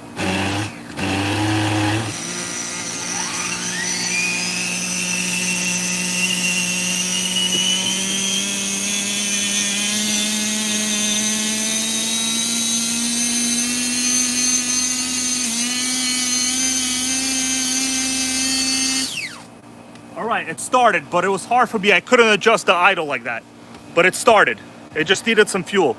Now I could lower it. I couldn't get the screwdriver in there because of the vibrations. But it started, bros. It started, okay? Now we could try it again. It started. I couldn't get the screwdriver in time. I didn't want to rev it too hard. So let's go again. Let's go again.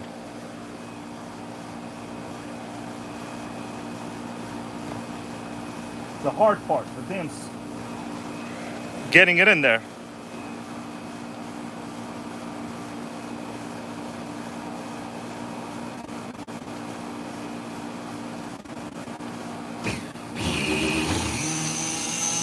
Better.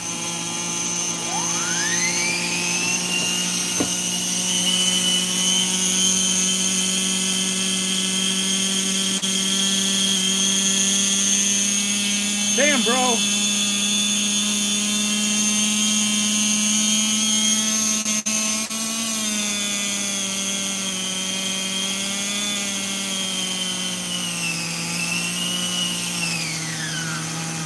I'm getting there. I'm getting there.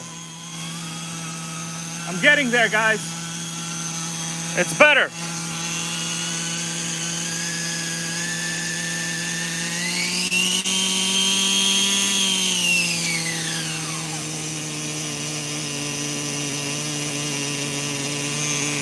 Oh yeah, we got ourselves an idler. What do y'all think about that? Look at that nice little smoke going out the back. Finally, point 12 is nice and quiet. Come on, my dudes. Could hybrid get a hell yeah over here? Proper rear exhaust.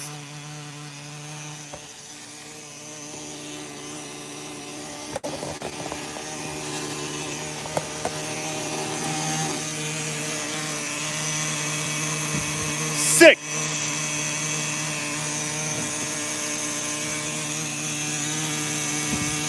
Let's burn some of that fuel.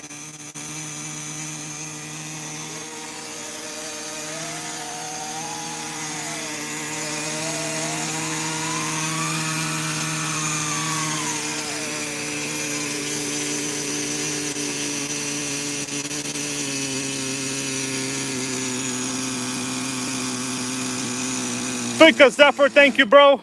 Welcome to the new middle tier. I appreciate that, bro. So I was moving it around. The fuel wasn't flowing consistently. Hell yeah, we got a new channel member. Appreciate you guys. Lotus, how you doing there, bro? It's a runner.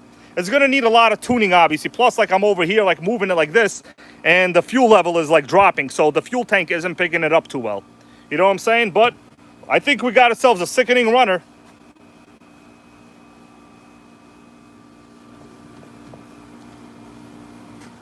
Compression is real good.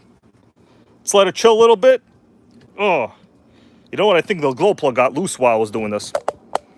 My dudes, this muffler is like beyond quiet. I don't know if you even heard this thing run on video. I could barely hear it right now.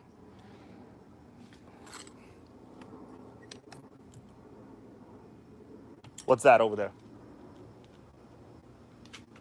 Is there a raccoon in my yard right now? Hold on a second. I think there was a raccoon over there. Holy shit, there was a skunk, bros. Some kind of animal just went behind right here. Oh, there's a skunk. I definitely saw it. Oh, it walked away. Skunk, don't go near the Lincoln. I just saw an animal right there in the back. All right, we're gonna back away from the skunk. We're gonna back away from the skunk. Don't get my nitro, homie. Don't get my nitro. You leave the stink out of here. You leave the stink alone. Nitro, the skunk wanted some nitro. That's kind of what happened.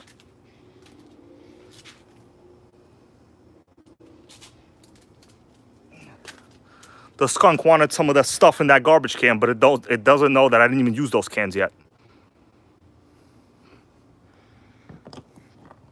All right. Let's stay away from the skunks. I think that's the first time in my life I saw a skunk, bro. You guys realize I live in New York City? There's only two types of people here. Skunks and fake Democrats. Sick. All right. I'm going to let it chill a little bit. We need a little more fuel, obviously. The one other thing I noticed, it feels very, very tight in the rear end. I wouldn't say tight. The clutch is good. But, no, the gear mesh is good. But in this area, it feels a little bit tight spinning this. I'm wondering if the gear mesh is too crazy tight. Yep. The skunk wanted some of the nitro, Wonder Bread. You know, that's the first time I've seen a skunk in this area. I think that gear mesh over there, bros. Look at that gear mesh. That is like trying to copulate with that gear. You guys know that the word copulate? It's a synonym for another three-letter word, copulate. Starts with a C-O-P and then ulate. So hell yeah to our new channel member. I appreciate that, bro. I'm going to have to adjust this gear mesh. It's legit inside that gear copulating right now. Go ahead, somebody define copulate. Let me see. Maybe I'll do a little mini fire up again. That's right, Peace Play. Copulate. John Hensley, hell yeah. You know, I figure why not have a little bit of fun with stuff. So the compression is hardcore. It's definitely a, I'm thinking crazy gear mesh on this one. It's way, way, way too tight. And I didn't look at any of this, honestly, before. But it fired up. The exhaust was flowing. Only thing is, we need a little more fuel. You guys want me to try it again or what? If you want, I'll try it again. But this starter box is like real annoying to get to. Because the truth is, To press down like this, it's very difficult to press. The spring is super strong on this.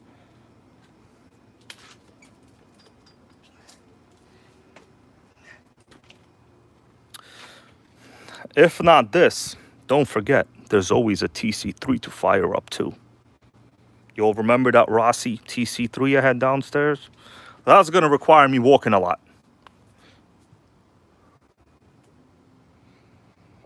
By the way, nitro grapes are coming in. You see that right there? Not ready yet though. Nitro grapes coming in. These are Concord. Pretty good. I used to make wine out of them. Soul reactivated, that's right. We got Pepe Le Pew over here, man. So I tried to get into those garbage cans, but the thing is, I haven't started using those cans yet. They're open, there's nothing in them. I'm still using another garbage can. You guys say TC3 time? Honestly, I really don't want to put fuel in it.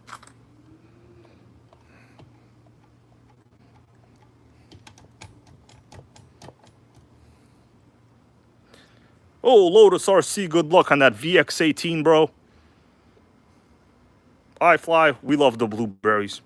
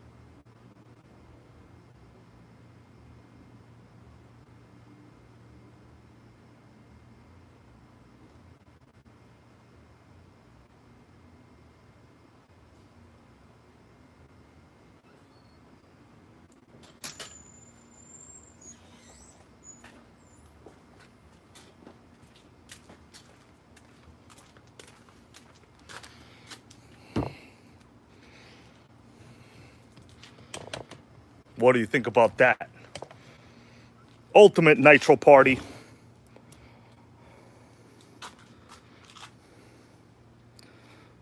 This is called Nitro at Night.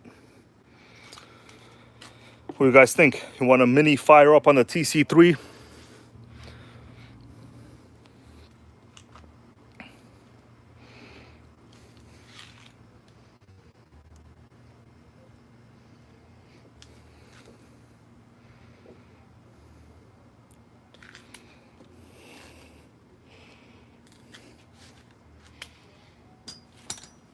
Man, my first time seeing a skunk. All right, now I gotta pretend, let's see which direction. I don't have much battery life left on the phone, bro.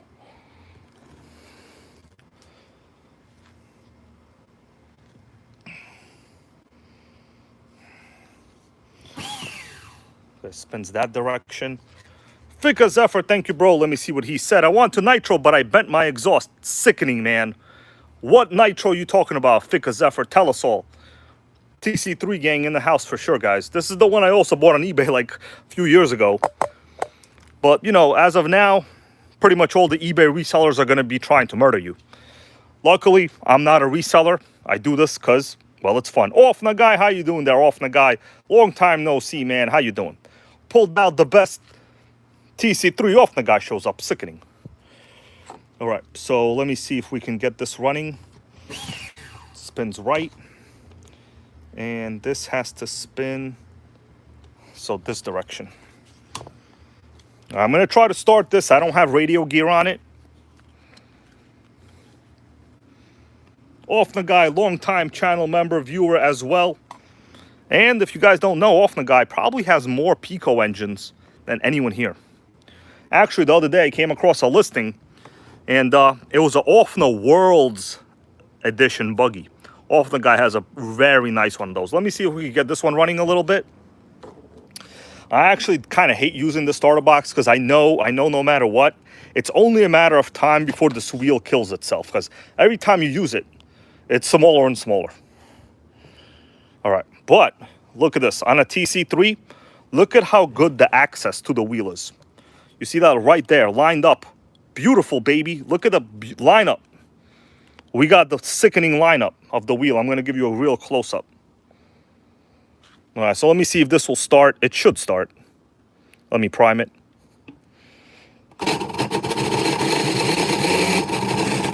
All right, bros. Compression on this is ridiculous as well, though.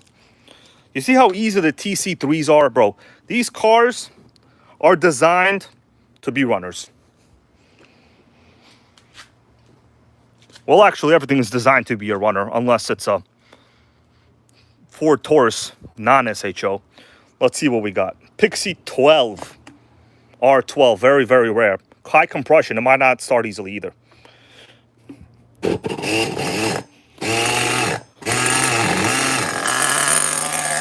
What do you think about that?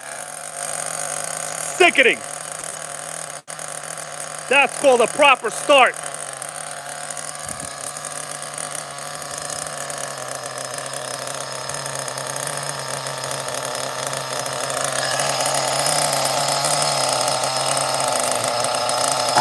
I need to raise the idle a little bit.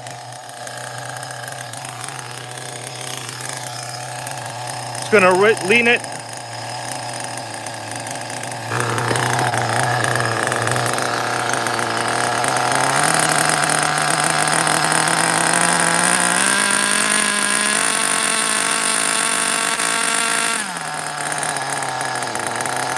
Idle, too low, bro, too low. Gotta raise that idle. Thanks, Fika, bro. Sickening to this TC3.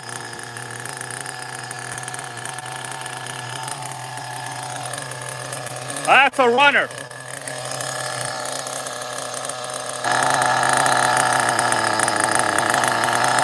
Needs a little more. Great, thanks, bro.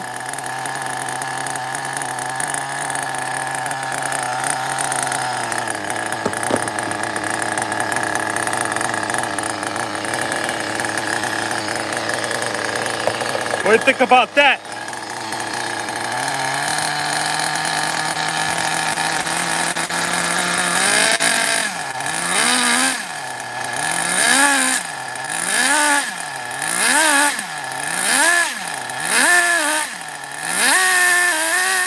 Two-speed, I heard it.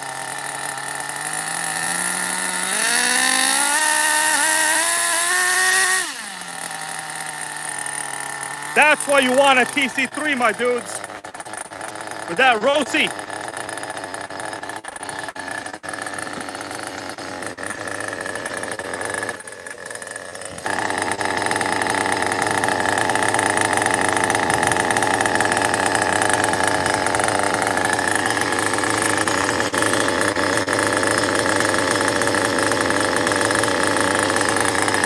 Just adjusting the idle settings a little bit.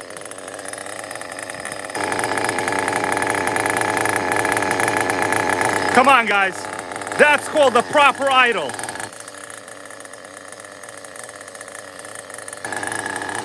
You all know. That's what you call an idle and a half.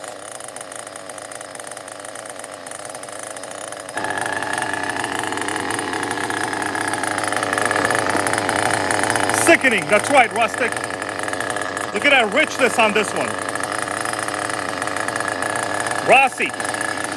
This is a Rossi Pixie engine, known by this cooling head.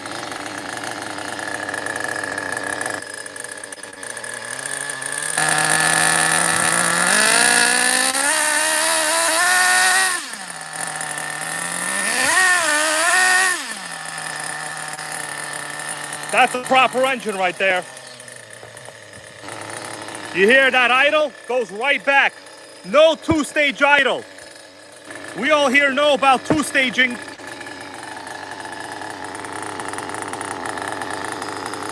Factory team TC3 with the Rossi R12. And rear exhaust, very rare. Come on. This thing is a crazy runner, bro. Thanks, Off the Guy, and everyone here.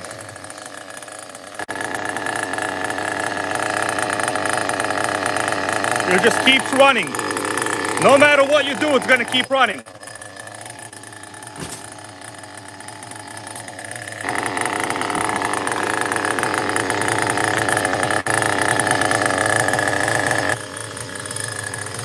can't kill that idle, guys.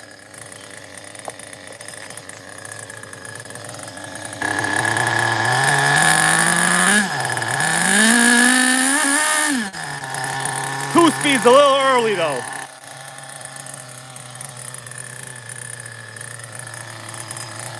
Sickening.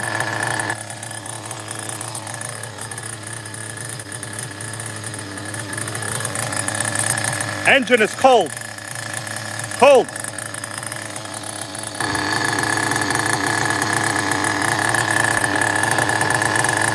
Proper TC3, correct, Wonder Bread.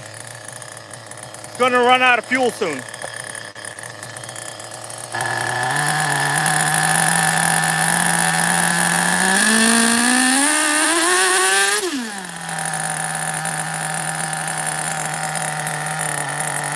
Let's let it settle down. That's what you want a TC3 to do.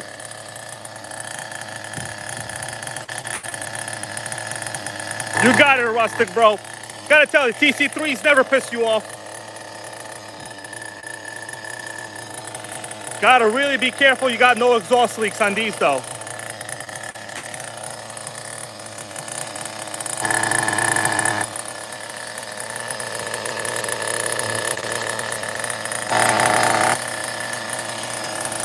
All right, come on, bro. Run out of fuel. You know you want to do it. Yeah, these tires are, you know, they're old, but whatever. Obviously, foam is good. Some would say too good.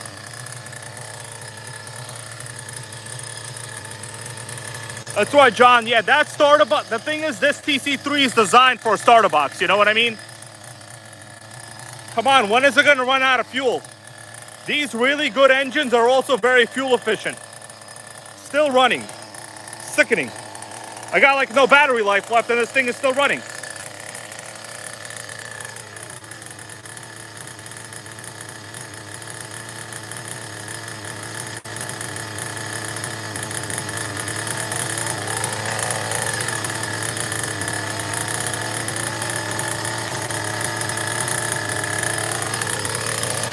Same fuel tanks. Same tanks.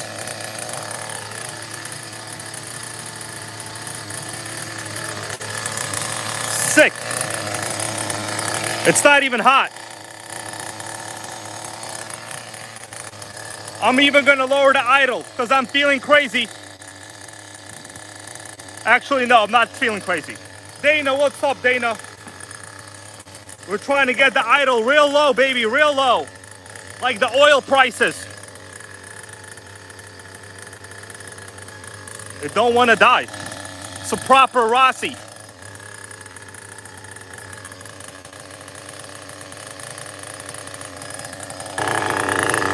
How much fuel I got left?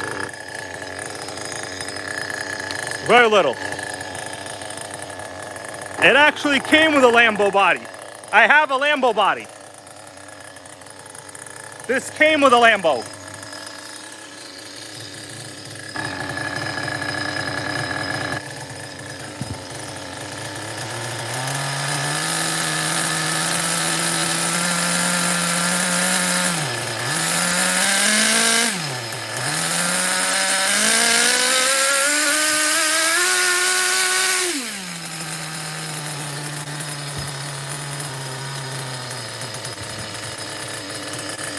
Yeah, Rossi's a very old brand. Look how fuel efficient this thing is.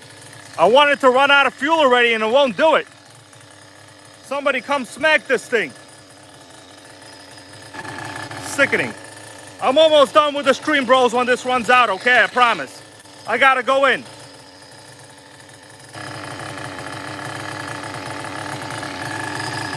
Crazy cooling head too.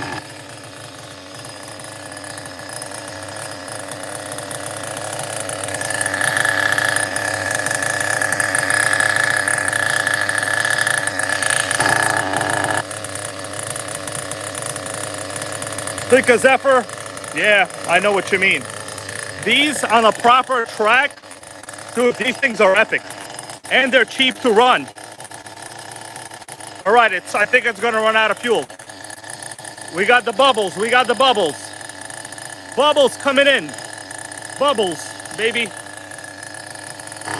I'm gonna let it run out a little bit. I fear the bubbles.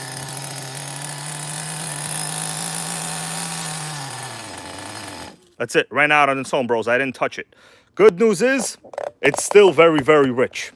And bros, even on a real crazy rich setting, did you see how nice it ran out of fuel? Obviously, it's too rich. You want it to speed up a little bit more. But bros, these old Rossi engines, they could survive anything. They're like the cockroach of nitros. Let me see how much oil we got leaking out. If there's a lot of oil, I'm gonna have a party tonight. Well, I'm still gonna have a party, but it might not be that much. It's hard to get the oil out of the rear exhaust pipe.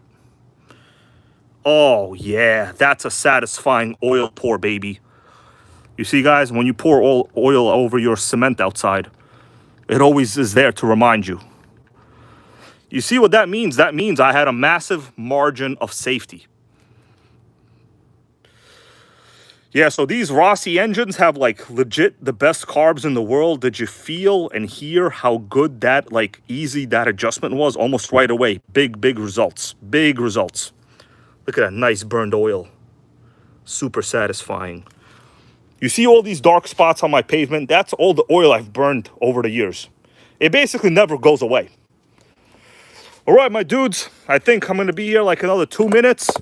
And we're going to call it a day. Let me make sure piston's at the bottom. Shit, the compression. Oh, I can't even spin it over. Oh, I can't even spin it over, even on a hot engine. That's what you call a Rossi Pixie R12. Very, very rare. You're not really ever going to find any info on these. But if you ever get a Ray, thank you, bro. I appreciate you. We'll talk later, man. If you ever get one of these engines with this giant head fin on the top, I know it's kind of funny looking, but I'm telling you, any rollover, this fin will never break. That's pretty much the goal. I read the design info on this engine. That's why the first fin is so freaking fat. Because the goal, when it rolls over, if you ever do, because, you know, it's a car. It's going to roll over once in a while, you know, depending. This will never bend. And it's always going to maintain its proper cooling efficiency. Freaking sickening. All right, Fika Zephyr, thank you, bro. By the way, Fika, man, and for the rest of you other channel members out here, there's a ton of old member-only videos. Sometimes 50% of them are like after the streams, I'll make them members only. You know, I got to give back. But all the videos, you know, basically, some of them I used to do member-only videos, but it's real tough. I am a working man in my daytime, you know.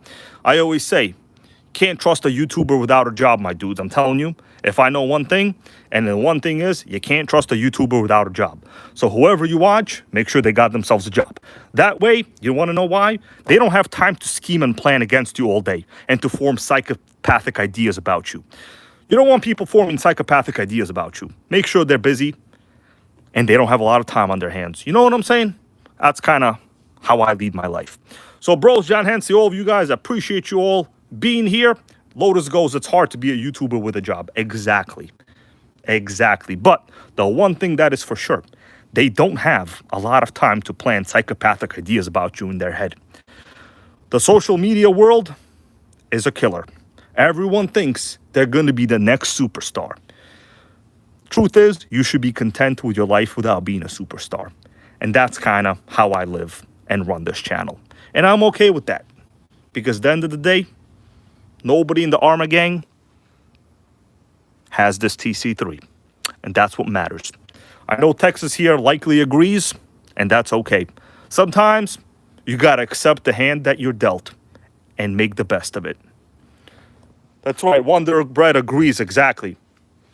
All right, bros, I appreciate you all. I will likely be back tomorrow. What the topic is, I hope it comes to being a dream. Thing is, I don't really believe in deciphering dreams because there's nothing that a dream will tell you that your brain doesn't already know. It might present it in a different manner, but the science of the dream is an interesting one. And in fact, there is zero ability of a dream to predict anything.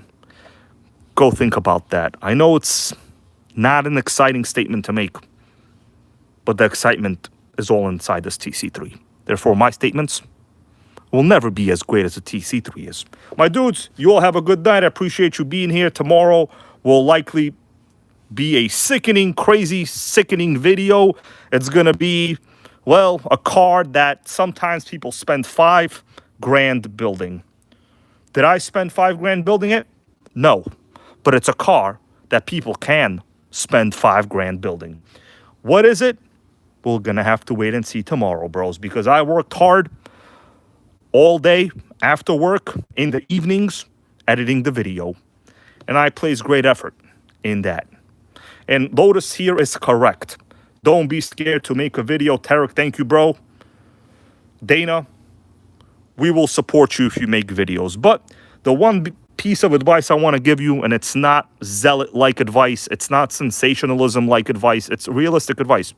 Make videos that you yourself want to see. That is essentially how I started my own channel.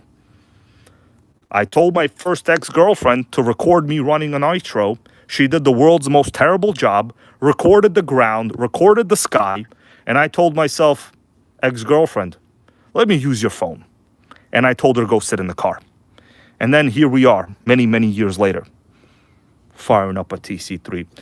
Like I said, do things for yourself, whether that's YouTube, whether that's making a salad, whether that's going out to eat. Satisfy yourself before you satisfy others. That's nitro logic for you, baby, okay? You don't even have to read Socrates to find that out. Bros, take care. We will be back sooner or later. Stay true, stay real, stay positive. Keep burning nitro. Thank you, guys. See you next time. Also, cut out the soda. Let's all lose like 5 to 10 pounds. We'll feel better. And with that, I'm going to leave you here tonight. Shit, who am I kidding? I'm probably going to go pick up Taco Bell right now. Yo, Melissa, get ready. We're going to Taco Bell, baby.